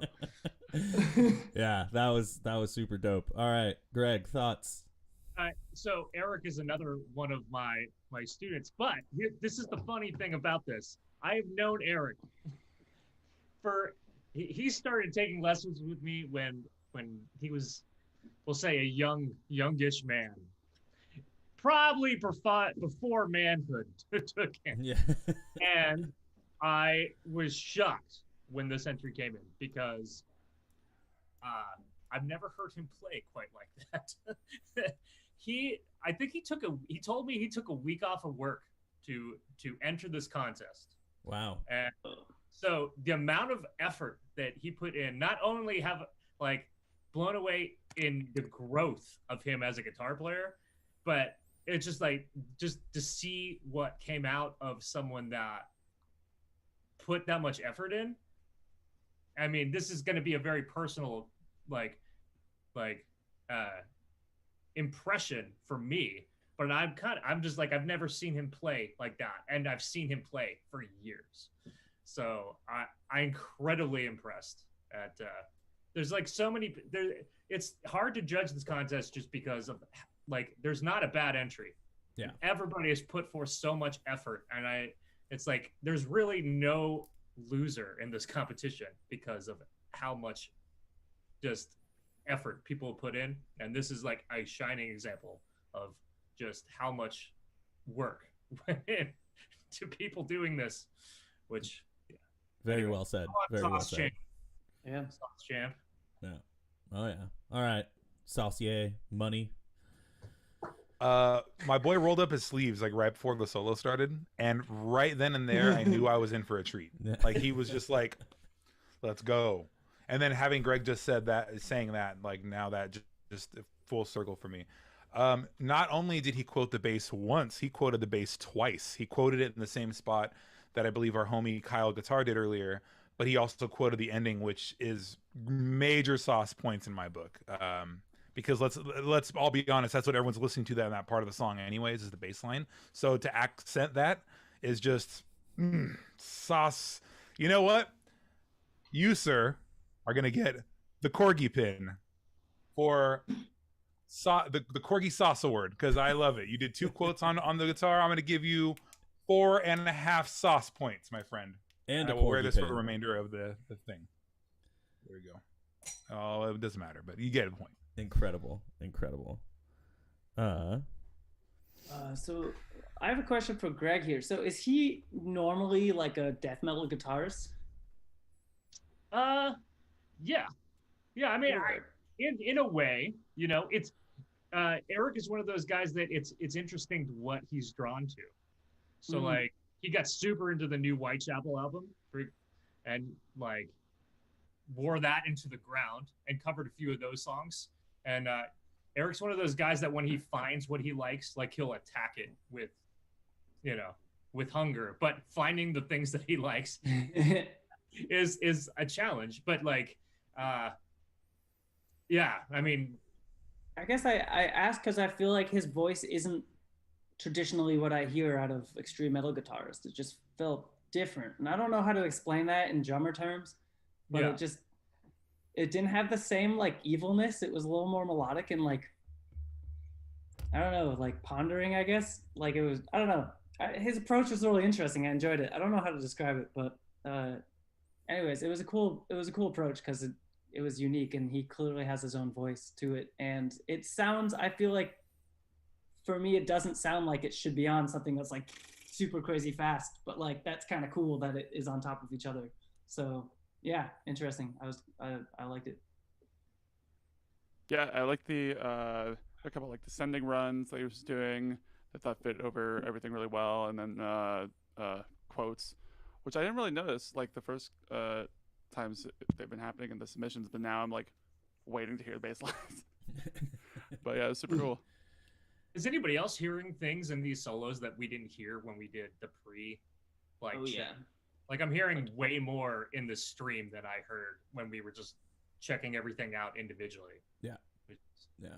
It's more impressive to me now that we're in the middle of this than. Yeah. No, I definitely think taking the time to like review it as a group has been, because we watched them all individually before we started this stream. Like I said, we've been kind of watching these all week, but watching them as a group and like hearing everybody's feedback is making me look at it differently and be like, oh yeah, that's kind of true. And then like that paired with how I already felt about some of these, I'm just like, oh man, this decision, what am I gonna do?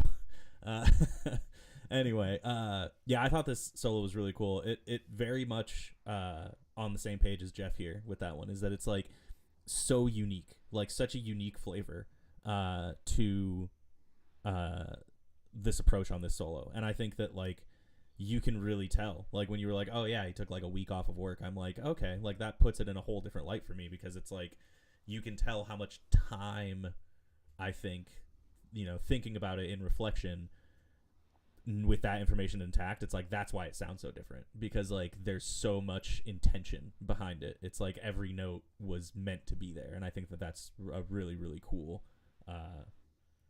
effect on this solo. So killing it, doing a great job, Eric Green. Nothing but good things to say. Next submission comes from Ariel, who I believe is in the chat. So, oh boy, pressure's on. Pressure's on. All right, here we go.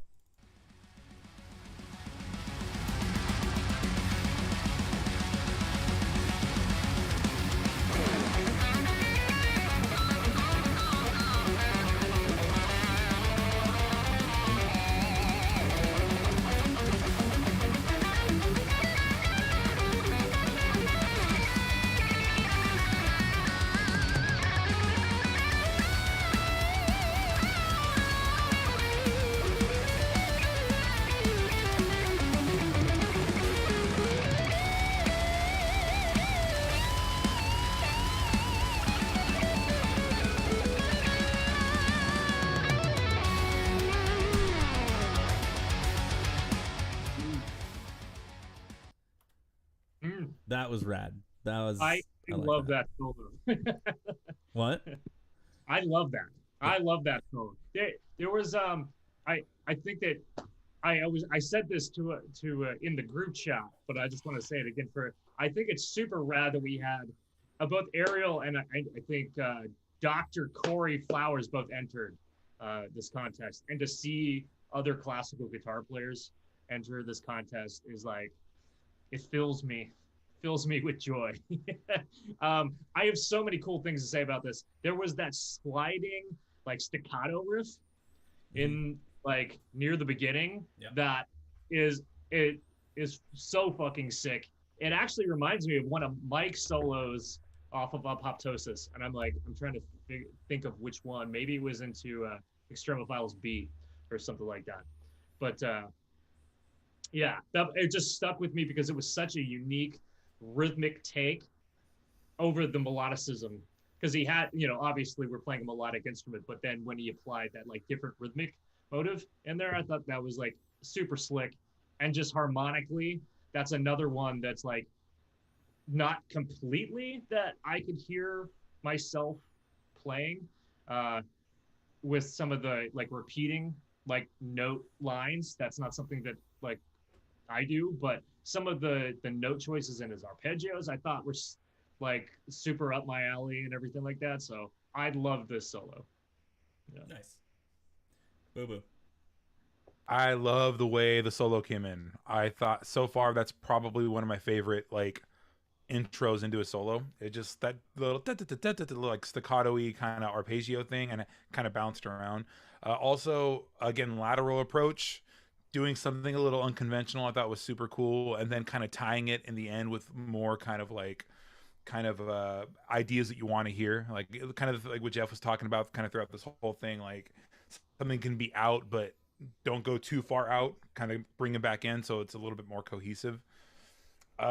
Dude, I loved it. Super memorable parts too. 4.5 cups. Hell yeah, Jeffy boy. He quoted the main riff of the song again, but this time it was in the first half of the solo, not the second, which I feel like hasn't happened yet. It was really interesting spot. So that was cool. Generally, I just really liked his voice. Like he didn't have a really metal voice, but he had a really interesting approach to everything. It was very melodic, but like still busy. And I just think it worked really well. I like almost immediately got a David Davidson vibe from it, and I worship that man because he's like as big as the Boston Red Sox in Boston. So I don't know, just instant points for me. Next time we run, patriotic. ask him about that. And then isn't he a traitor because then he moved to New York? He moved to New York? Don't tell me those things. Yeah, he's been. It's all right. When he comes home, they'll have a big parade for him in the streets, I'm sure. I'm gonna burn my effigy I have of him in my room now. All right, Michael. No, that was great. I love like the kind of like low gain guitar tone, which I haven't really seen yet. And then he's saying like there were a couple spots, I guess, when like the chords get a little bit more open and everything, where it's like hitting the fucking good bends. I don't know what the right word for that is, but you know, Becky with the good bends. Becky with the hate. But yeah, absolutely. Okay, we'll call it Becky with the good bends. Yeah, it's great. God, I hate Boo Boo. I hate being in a band with this man. No, you don't. Get out of here. No, I really like the whole thing. The most standout part to me was the last two little phrases. The way that he chose to end the solo with the like that little thing was really, really cool. Made me go ooh, which is not that rare. It kind of happens all the time, but it was still, regardless, very, very good. I really liked it. All right, so what do we have next? Up next, we have the other classical guitar player, Dr. Corey Flowers. All right, let's see what he brought. He has Beasts and Wings.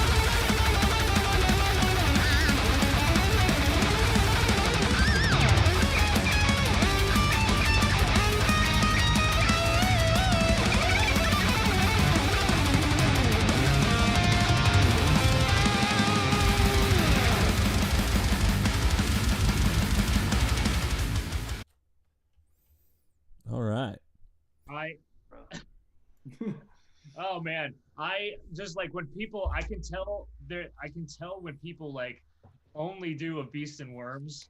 I feel bad because they chose the steepest mountain to climb. There was so much cool shit in there. I loved the tone of that he chose in there, and he did some really cool things. At like he did that one tap in the very beginning that was super memorable for me before he went off. And yeah, it's a hard solo. It's a hard rhythm to play over. Yeah. Boo Boo. I kind of talking about, I guess, what Jeff was saying in the last couple, entries or some of the previous ones, but just I can see his classical approach and like a lot of his phrasing and a lot of his like specifically his vibrato, like just how he articulated his vibrato was super original. Yeah, I liked that a lot. I thought that was really, I felt very classy listening to that solo. Like I almost had to like sit up in my chair a little bit and be like, So I enjoyed that a lot. Yeah, dude, it's getting hard, man. 4.5. It's getting hard. The sauce is getting thick, man. Viscosity. Well, we've only got 1, 2, 3, 4, 5, 6, 7 more. 7 more. We've done 20 so far. It's been a wild ride. So this man loves Chuck Schuldiner, and I love Chuck Schuldiner, and so I love him. That's enough said. enough said. He just there were a few licks there, and I was like, oh, like Chuck did that. Yeah. It was good. Yeah, it was. What it was would nice. what would Chuck do? Yeah, that's right. Isn't it Schuldiner? No, it's shoulder. Shoulder. Yeah. That's not how I've heard Gene Hoglan pronounce it. Actually, I think Oh. Greg's right. I think somebody said it is shoulder. It's shoulder. Big leagued again. Greg, did you just big time us? Dude, he big leagued this just That's, now. that's Actually, not how I me, heard 'cause- Gene Hoglan say it. Like, oh damn, bitch. Okay, Yeah. all right. Is it big leaguing because like I know the man? Oh yeah, I called him Gene and we were talking. Yeah. No, he just said that in an interview. Well, come on. What is that? It makes me All more of a right, don't try to backtrack, Greg. Yeah. Let's get back to the. Greg, you're really famous. dude. I'm gonna throw this computer. It's Sam's computer. It's not yours. Yeah, it's your wife. Well, I I feel like we should have more sympathy for people mispronouncing names. So Why? Why? you know, just be more sympathetic about it. I don't know. Anyway, Jeff or Michael, yes. Jeff has Why? spoken. Jeff spoke. Yeah. Jeff hath spoken. No, I thought you did great. I like the like kind of super slidey bits where it's like can go the octave down, gets like that cool saucy effects with like beep beep beep. I don't know. Yeah, it's great. What?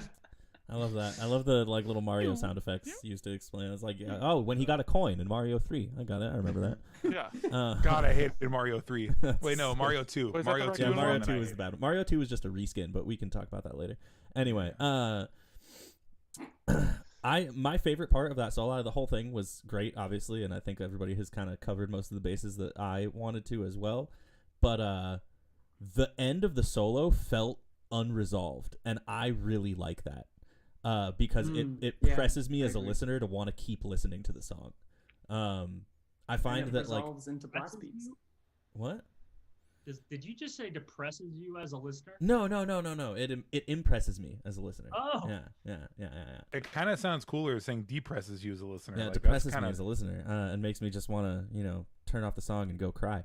No, I really like that. I like that it had this kind of like almost unresolved ending, because again, it just like it pushes the song forward. I feel like a lot of solos really, if you follow like a really musical way of doing things, it's like this is the note that it ends on. Like, and you hear it a lot in a lot of different bands. And to hear a solo have that kind of take on it, where it's just like ends in this almost dissonant place and then just moves forward, was really, really cool. What's so fucking funny, Boo Boo? I didn't. I'm sorry. I was just trying to gauge the chat real quick, just to kind of get a heads up. And Ariel said head and shoulder, and I lost my shit. I'm sorry. I swear I wasn't being rude. It's just I couldn't hold it in. That is pretty funny. That's pretty funny. I like that. Death drop. Okay, I've had to pee for an hour. I'm gonna be back in like 2 minutes. Okay, yeah. Let's take a chat break real quick. Let's look at the chat here real quick while Jeff do pees. it. Get out of here, Jeff. Hurry. Or he just pees right there. That'd I'm be just gonna great. pee right there. All right. The tap flurry was great. Okay. Let's see. We got some chat to catch up on.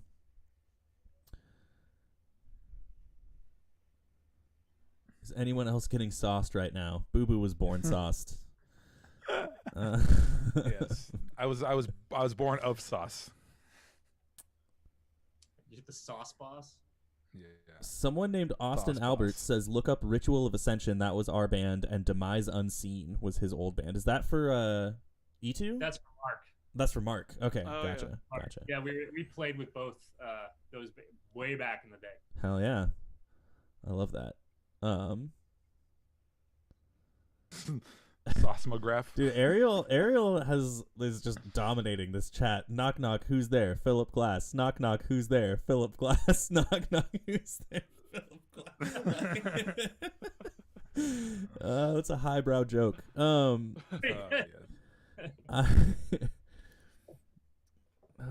Okay, let's see. Someone in this chat is named Death Shuldiner. If they're still in here, thank you for sticking around.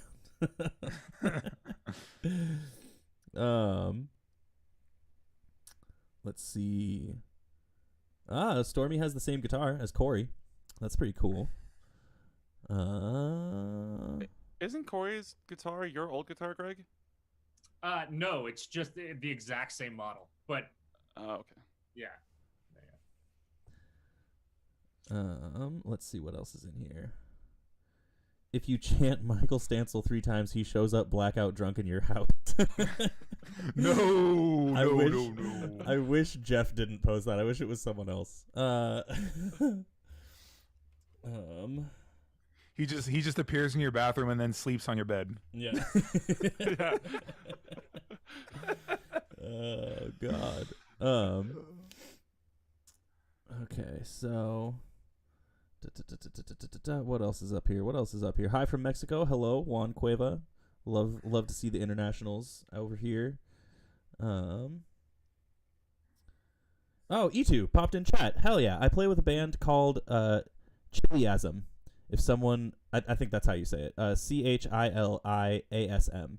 If somebody was asking for similar solos from me.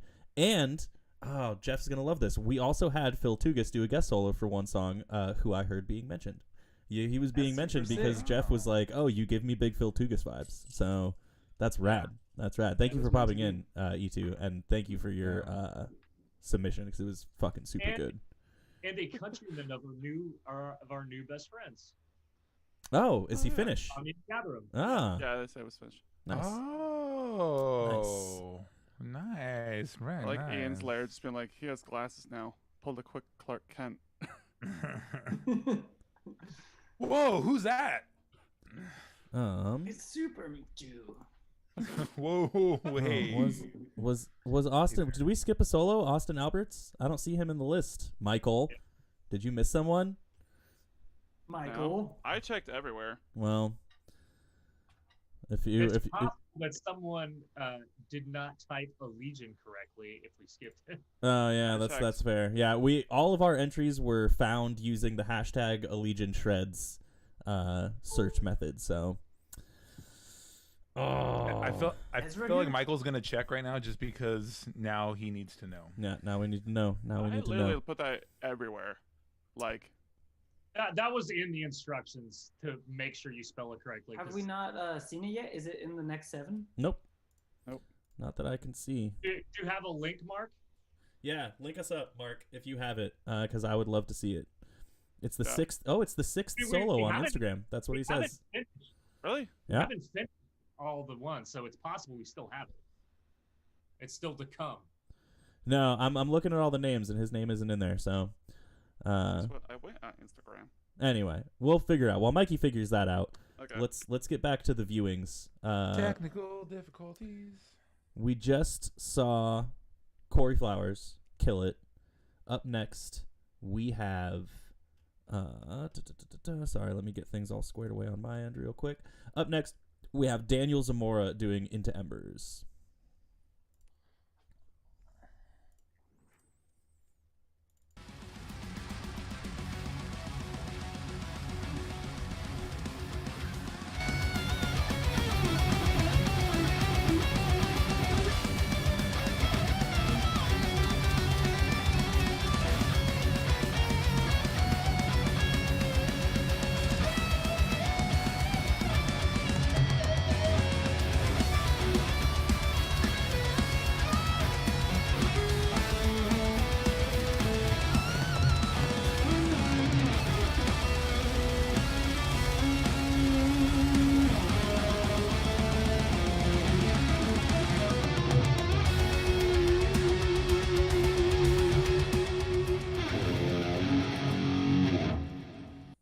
Oh, Nice. this resolution. Yeah, I And like that. he was like really on the that Floyd Rose bar vibrato thing. Yeah. That's a way different skill. That's like a really impressive skill. Yeah. Yeah. Man. He had some really cool some takes in there. Hell What yeah. you got?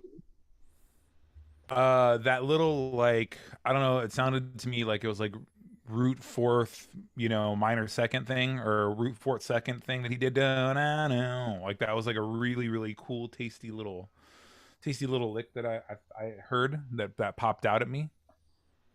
Again, also big appreciation on just like the like honesty of the video. Like, clicks it, went for it, no editing, no fancy bullshit. Just check out my solo, guys.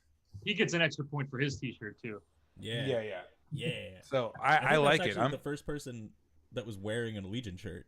Well, that we've seen so far. So. and He I immediately wins. like the also the whammy. That was a nice touch. He was very tasteful on that.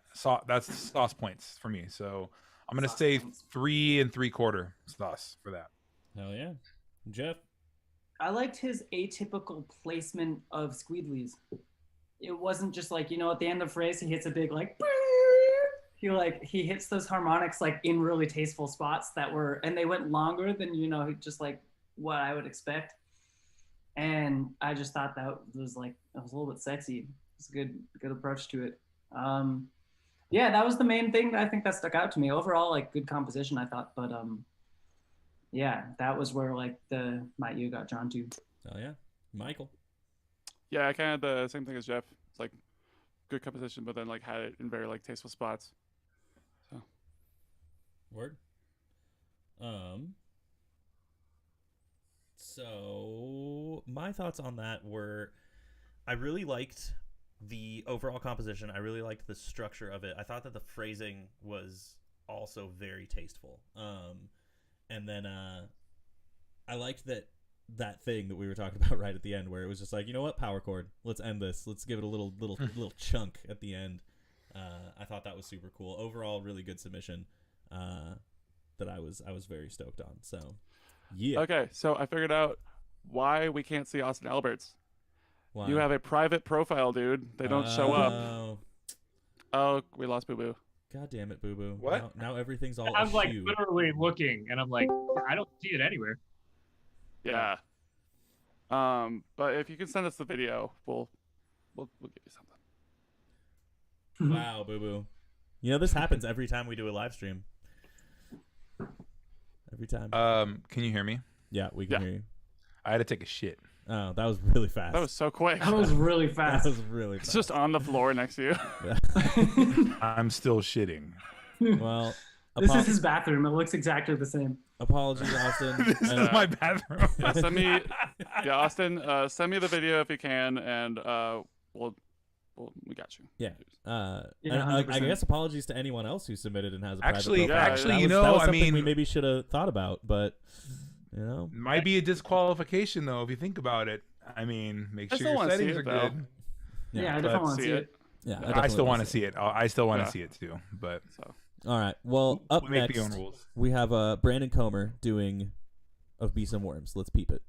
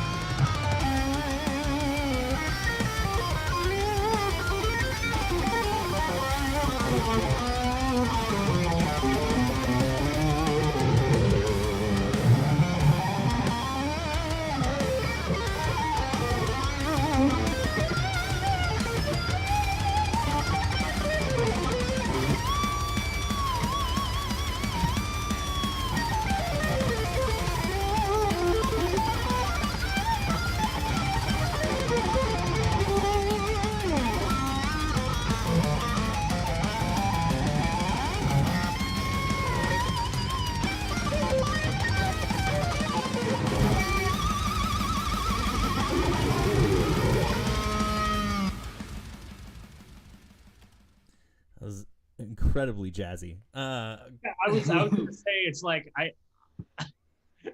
I feel like I just watched one of like Alan Holdsworth's later solos. Yeah. And it just like it broke me. Yeah. Like I feel like that was genius and it was just over my head.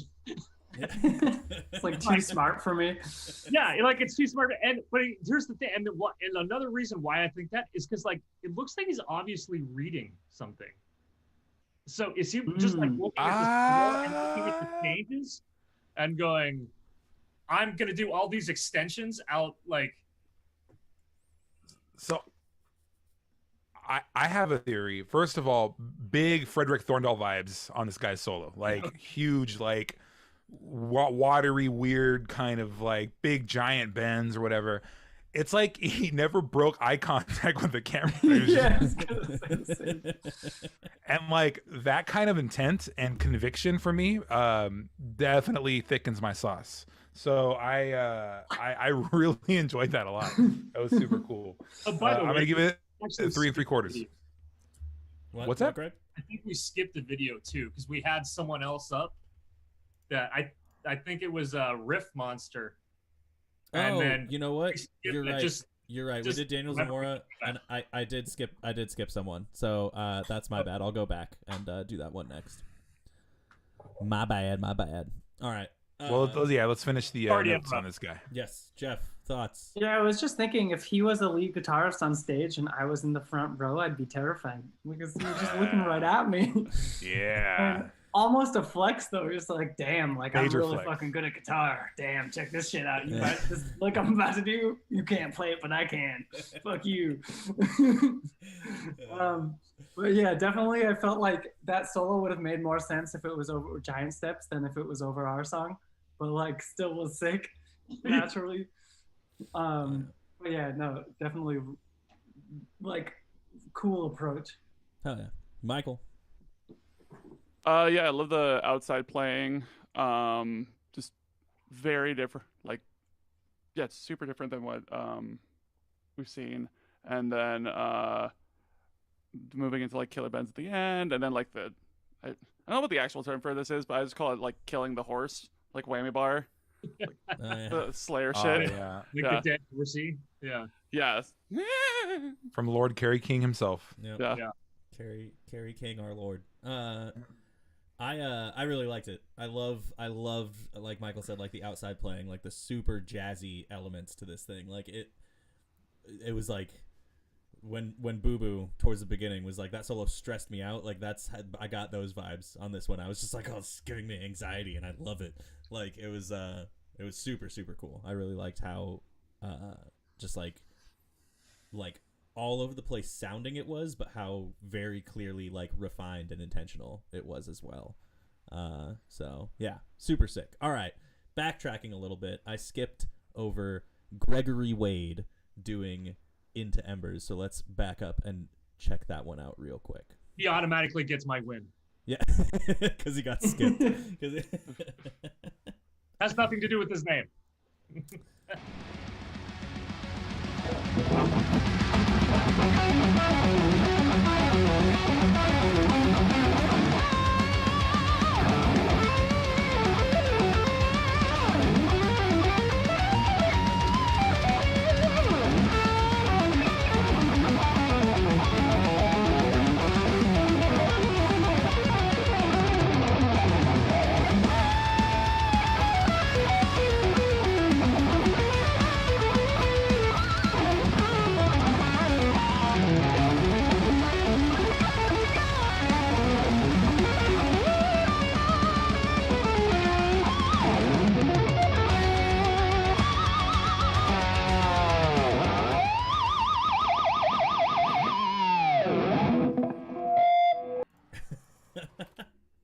All right.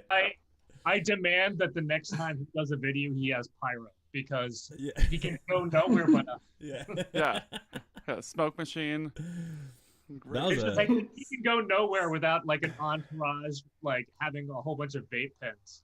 that was amazing. I'll That say, may have been my favorite ones of all. I want to say If my we thoughts. wanna Say talk my about thoughts, Greg. sauce- If we want to talk about sauce, there's the sauce boss. No, like Is this my segue?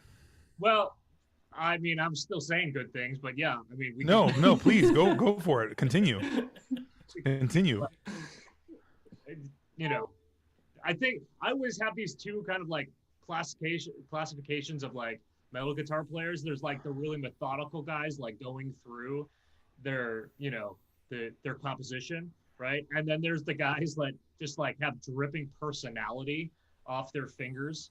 And this is a good marriage of both.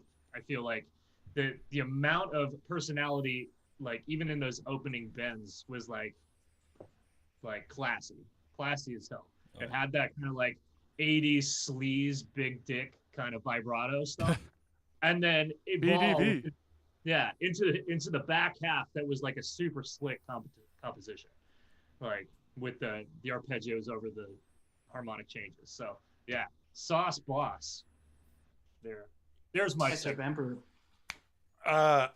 This gentleman was having the time of his life in the solo. Like honestly, I feel like if we would have had a camera on him before this started, it's like he grabbed a beer, was like, cool, fuck it, I'll give it a shot, and then just like put on the guitar and just started like rolling. And then if it couldn't get more entertaining, as he's getting to the shreddiest part of his solo, it's like I'm at a fucking Bong Ripper show, and it's just like the smoke starts rising, and like, dude, and then he just keeps, dude, everything about it. He started with the riff, super cool, very, very, very great. I enjoyed that a lot. I'm gonna give that 4.5. 4.5. You know what?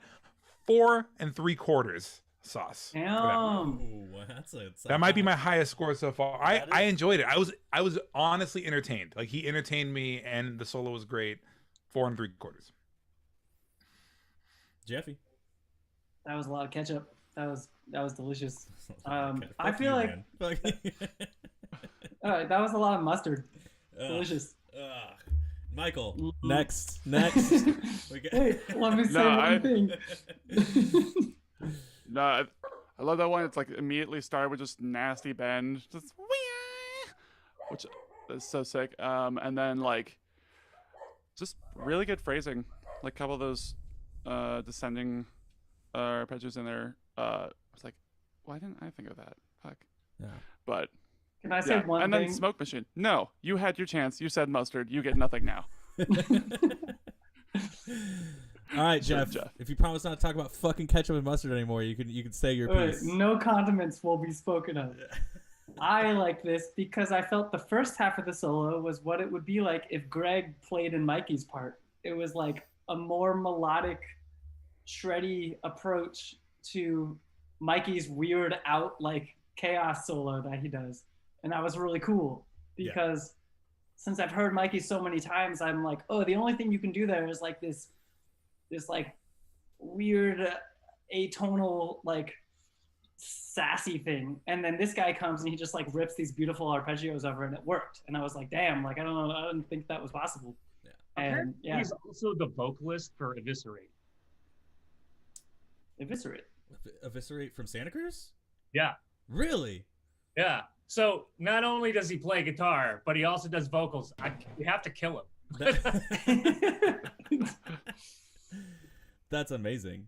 Yeah. That goes to my point though. It's like he looked like he was just like, yo, okay, I'll give this a shot, whatever, and then just like slapped us with that thing, and I'm like, wow, that's that kind of casual approach to me, man, speaks volumes. Lots of sauce.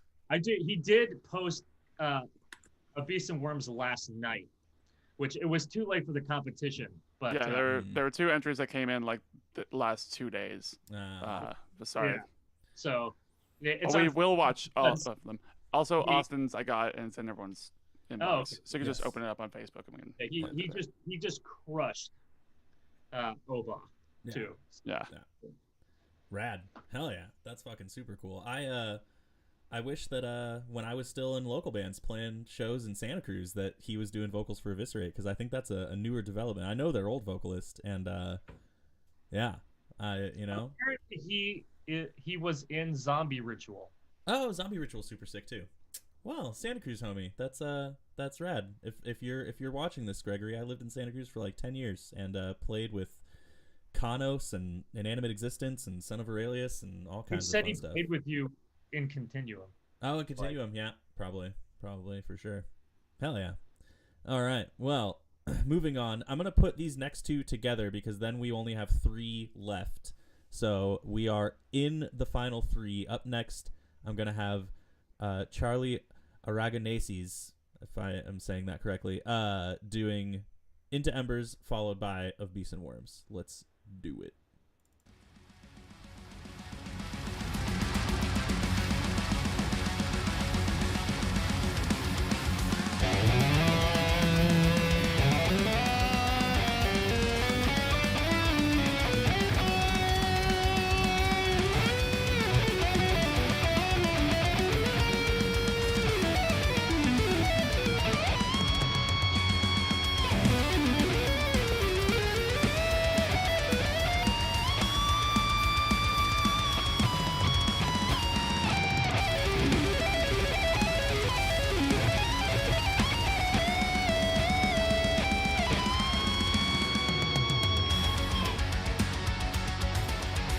Sick.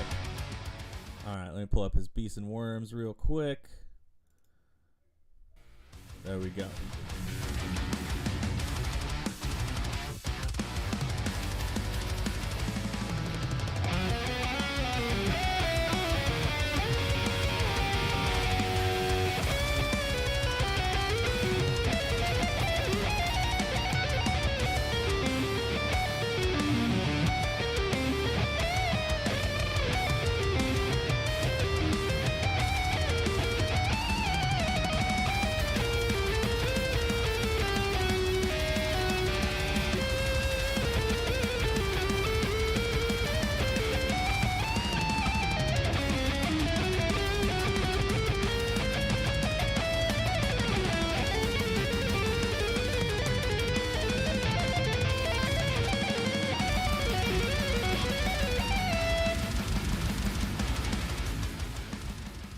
Also very sick. I have a lot of thoughts about this guy. I want to see how many of you guys beat me to them.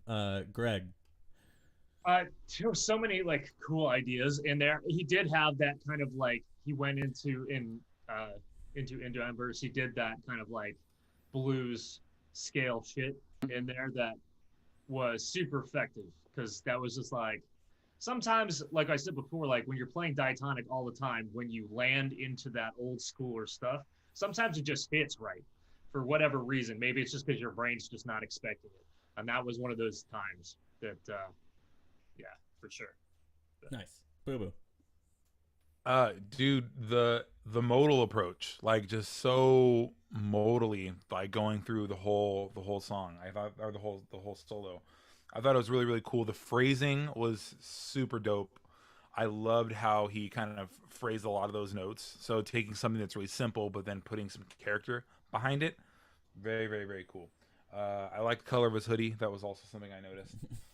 And then just he also played through the end. He played through the end of the solo. He did that thing again when he played into it, and I just thought that's always really, really cool. And it's like it didn't even. I honestly forgot that like that part of the song was over because I was so captivated by what he was doing at the end. So yeah.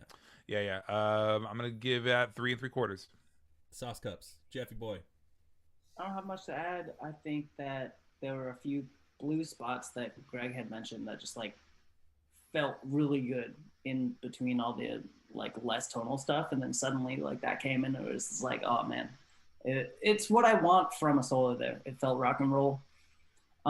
Yeah, besides that, I felt it's kind of similar to a few things I mentioned like really early on. I felt there were a lot of ideas, but like I kind of wish they were connected a little bit more. And that's not to say that any of the ideas were bad. It just like felt like there was so much going on. But yeah, overall, there was a lot of cool stuff in there. Hell yeah, Michael. Yeah, loved all the tapping parts. Kind of like that. I said it before in like a previous video, but like the Christian Mounds were like obscura necrophagy tapping stuff, but then going and doing like the more pentatonic other shit in between. I just thought was like showed a lot of character in his playing and all that. I loved how I got big like jazz fusion vibes from this from these songs, like big jazz fusion vibes, which I liked a lot. Like the attitude that was placed on top of both of these songs, but particularly of Beast and Worms, was like such a good fit. Like, I think that, you know, obviously every song ever written conveys a certain type of emotion or atmosphere, or just there's something there that like the listener latches onto. And I think that Beast and Worms is a very, you know, kind of like brooding, you know, more like just dark kind of atmospheric sounding song. And I think that when he did those little kind of like slower arpeggios in the middle of that solo, the like like it captured that like essence of just being like dark and creepy and haunted feeling so well. And I really like that a lot. So big ups, Charlie. That was super cool. So up next we have Juan Cueva doing Into Embers.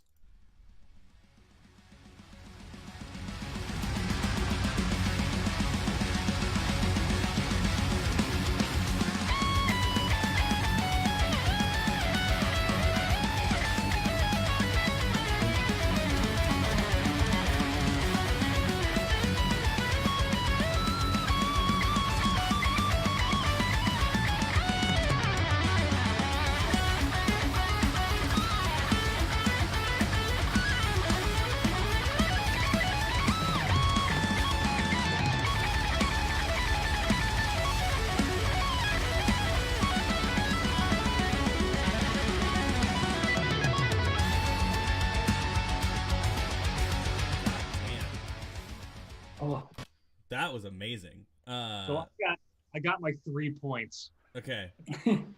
Professor give Burgess. give him to me, Greg. 3 points. One. My man. One, Juan's conservation of motion in his right hand is beyond sick. Like the way that like every pick stroke seems to be like perfectly placed. I was very impressed with that. And coupled with that, well, I guess would be number 2, is that his pick direction choice.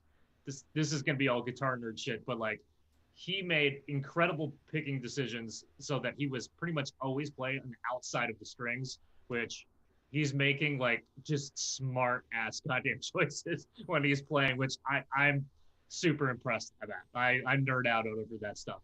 And not to mention like the ripper at the end that was like the, you know, as we build into like the big tension at the end, I think like the way he ended that solo was incredible. So hell yeah, dude.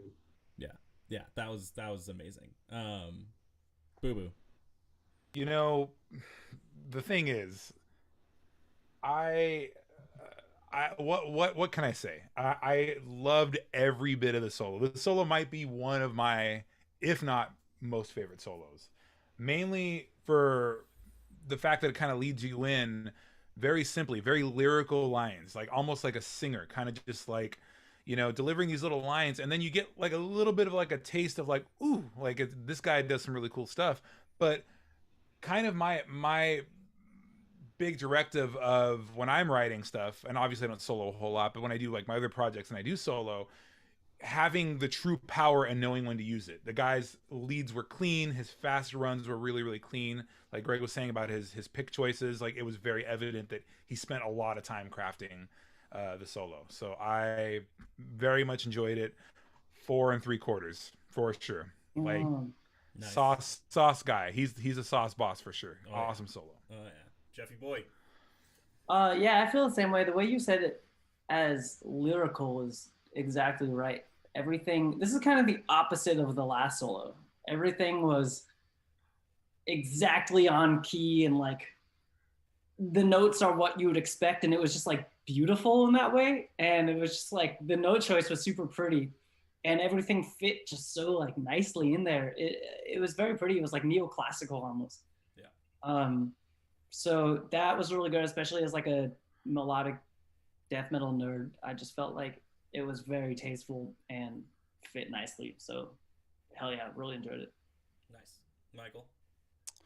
Yeah, it was killer, like pretty much all the way through. I love the kind of like slidey, gross chords that were happening. And yeah, his picking is super sick. Damn. Yeah. That was definitely one of my favorites.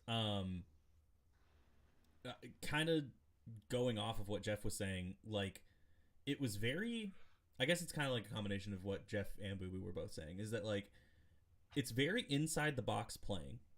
And I feel like if you're gonna play inside the box, like, you need to be playing with really bright colors. You know what I mean? And he did exactly that. Like, there was so many cool hooks, and there were so many, like, really memorable, very melodically striking parts, but it wasn't like, you know, some of the other submissions that are like really like outside playing, you know what I mean, like crazy jazzy type of stuff. Like, it was very like where the notes should be, like playing all the right scales and all that kind of stuff, but he did it in such a way that like didn't feel contrived. It was like very, very memorable. So yeah, that solo fucking ruled.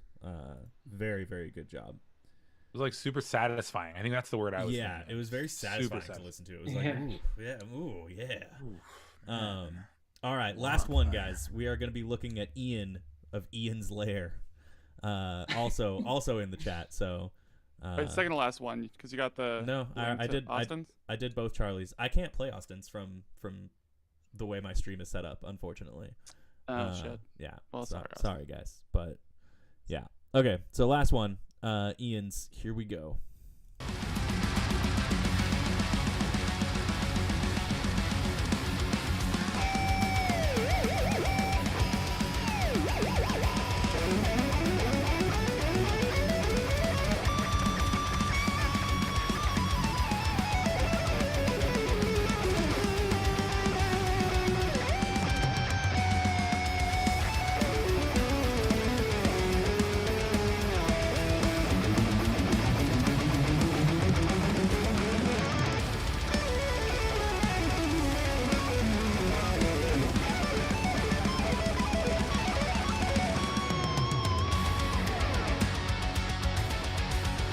Sick.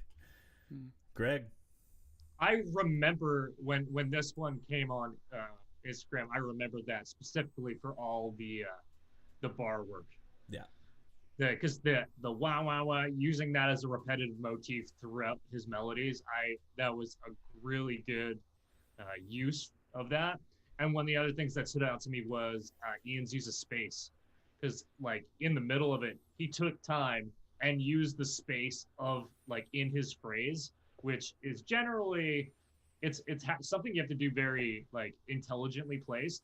And I kind of like the way he really kind of did it. Like he had finished one thing, took a little break, the music spoke, and it seemed to be space within what he was trying to say. Yeah, pretty cool. Yeah, 100%. Boo Boo. Yeah, it was giving me Mad Carrie King vibes like all the way through. Just the whammy dive bomby stuff, and then just some of like the fast kind of chaotic, you know, just riffage. But like Greg was saying, that was going to be my main thing, is just the space. Like, I don't think that I'm kind of a little bit more liberal when it comes to the spacing than probably most, because I think that like space and absence of sound is just as important, you know, and can be super effective. So I really enjoyed that a lot. I like the color of his guitar, very nice.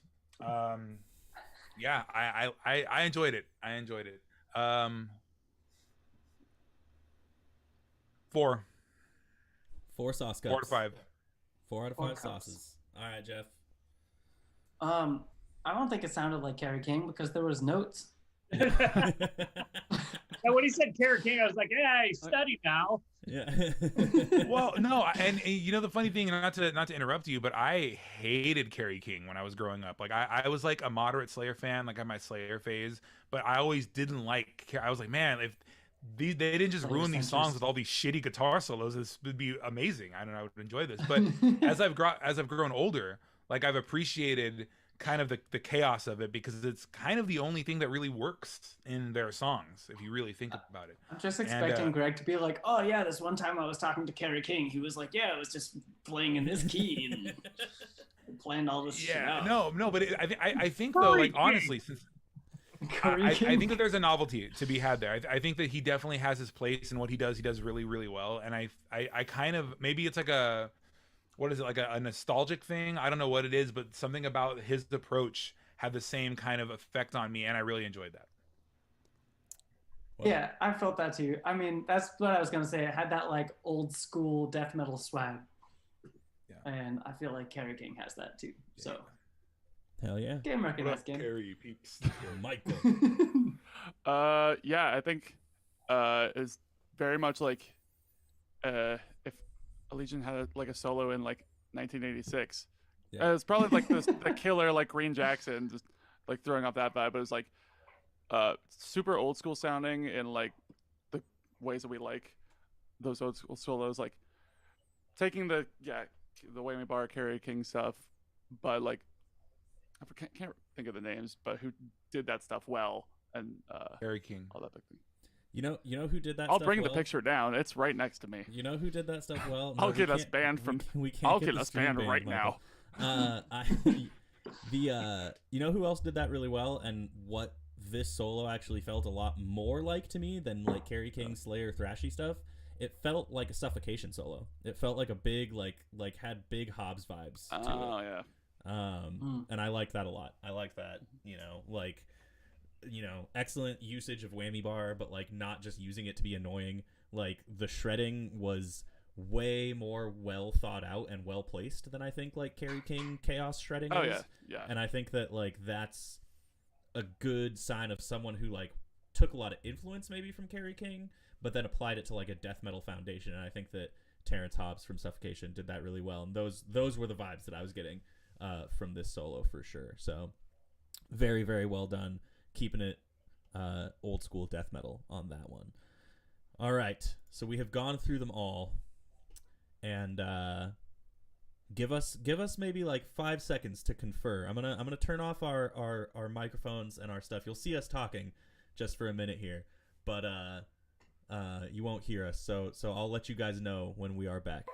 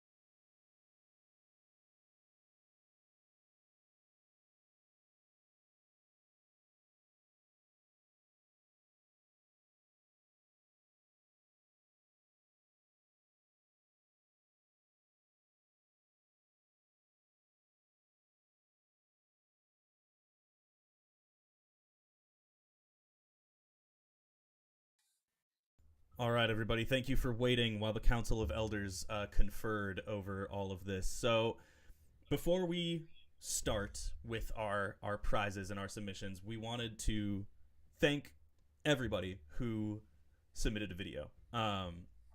You guys put in time that you didn't have to. You guys put in labor that you didn't have to. You did it just for the sake of playing music, you know, potentially winning some stuff, and we want to recognize that your time is valuable to us. So for everybody that submitted, we're going to be heading out on tour in June here, doing a headliner with our friends in Archaic and Animus and Summoning the Lich. And if you are in the United States or we are playing a show near you, just hit us up and we will give you a guest list pass to the concert. No ticket charge. So thank you from all of us to you for submitting an entry to this contest, the Allegiant Shreds contest. On top of that, before we get into the top 3, I feel like there is an honorable mention that we want to throw out there, and that person is Juan Cueva.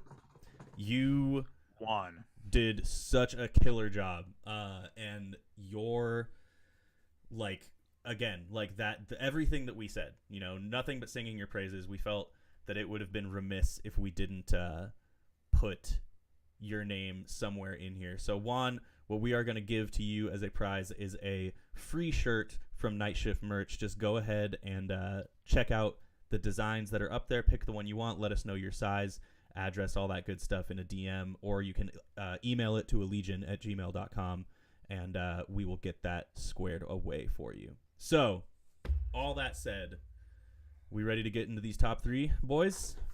Yeah. All right. So, third place for your excellent solo on top of Into Embers, and for the prize of a shirt of your choice from Night Shift, as well as a tab book from Sheet Happens, we are going to give that one to Mr. Mark Waldron for your Into Embers solo. Absolutely phenomenal work, man. That was super killer. Isn't that the second place prize? The shirt and the tab book? Is that shirt and tab book? Oh yeah. You're right. Sorry, you just get a tab book. Place now too. You just get a tab book. You just Man get gets a shirt. Man gets a shirt. Yeah. It's fine. Fucking Oprah here. I know. Everybody gets shirts and tab books. Mark gets a car. Mark gets a Yeah, car. third place gets a car. Yeah, third place gets a car. But no, Mark, you did a fantastic job. That was really incredible playing on both of your videos, but the Into Embers one really stood out to all of us. So congratulations. Again, just hit us up either via DM or email, and we will get you all squared away. Second place. Don't come close to the shirts you were wearing in your videos. No, they're definitely not as cool as those shirts.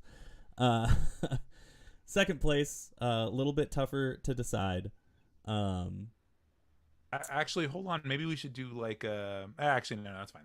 Go ahead. I was actually gonna say, I think we might be on the same page. I was gonna say maybe we should like play the solos after announcing them. Be like, oh yeah, in case you guys forgot or didn't see them or missed them or whatever. Like maybe we should play their solo. But it's fine. Yeah. We you know what? Let's play Mark's real quick. Yeah. Because he was third place. Let's play it. Yeah. I think that's fair. All right. Third place solo, Mark Waldron doing Into Embers.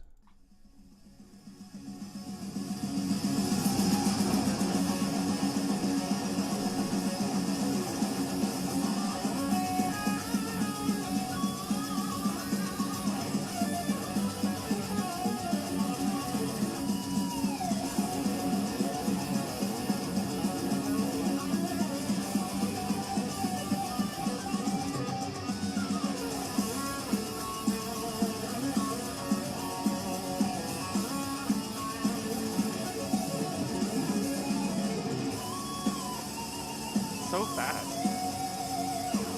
Super sick.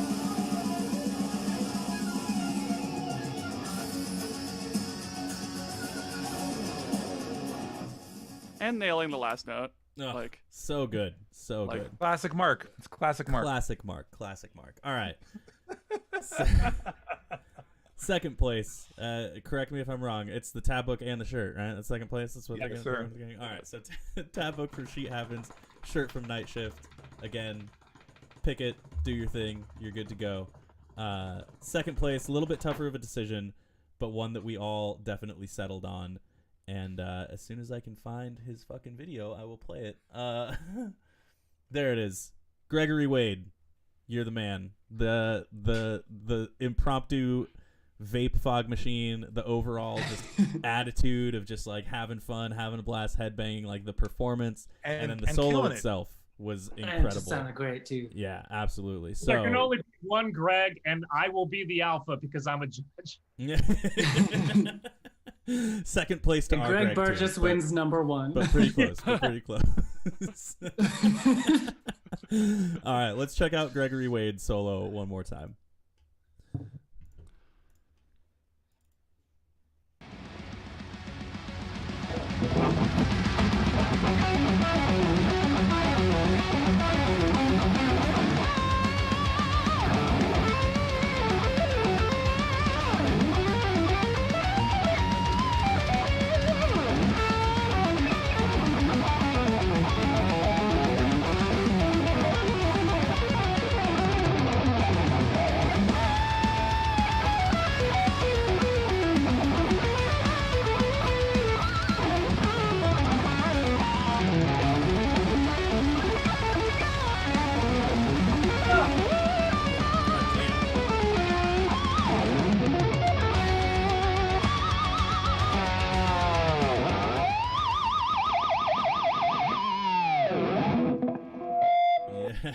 Yes. So sick. Stanky. So, You know what? stanky, That stanky. that whammy bar might have been what pushed him over the edge into second place. It could have been. Wow, Could've whoa, been. whoa, whoa, wow. Like He just whammed his way into second place. 0 fucks given, man. You need that kind of ruthless aggression. It would have been so much harder if he had gotten his a Beast and Worm solo in before the deadline, because this was a hard choice as it was, but Yeah. he made it infinitely harder. Because I remember I saw it last night. I said to the mic and I was like, God damn it. Okay. Well, Gregory Wade, you killed it, man. That was a super sick solo, and we can't thank you enough for your submission. So both of them, I guess. All right, guys. First place, the winner of this thing, this signed Allegion, fucking BC Rich Warlock. Get it out of my apartment. It takes up so much space. The box is so big. I live in a studio. It's blocking my closet. Well, the person who finally gets to take it out of Michael's apartment is someone who submitted two.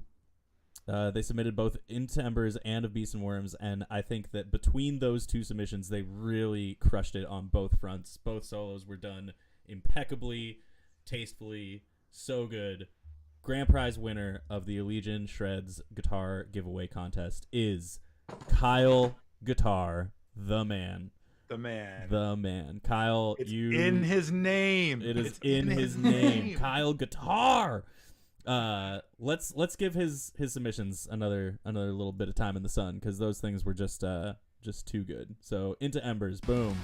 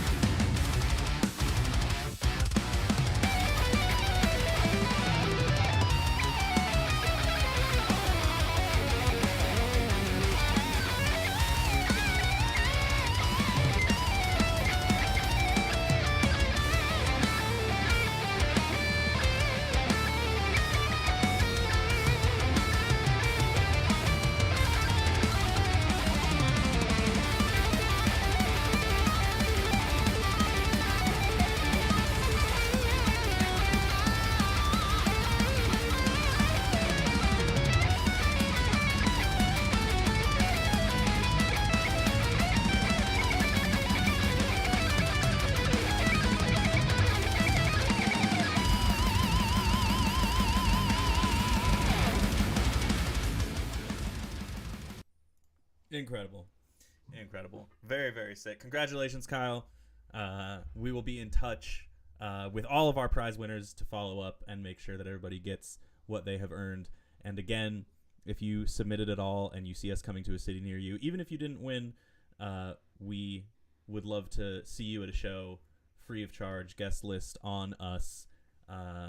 And that offer carries out even if you're not going to be able to see us on this tour, if we're not playing in a city near you or if we're not playing in a country near you. Just let us know when we are, and we will make good on our offer to get you in the door. So thank you guys again so much for your submissions. Everybody that participated, you guys are all incredible. Fantastic. And to everybody who watched, like, thanks for sticking around. It was a long, what was that, 3 hours? Almost 2 hours and 45 minutes. Yeah, it was a long one. A lot of rad entries. Yeah.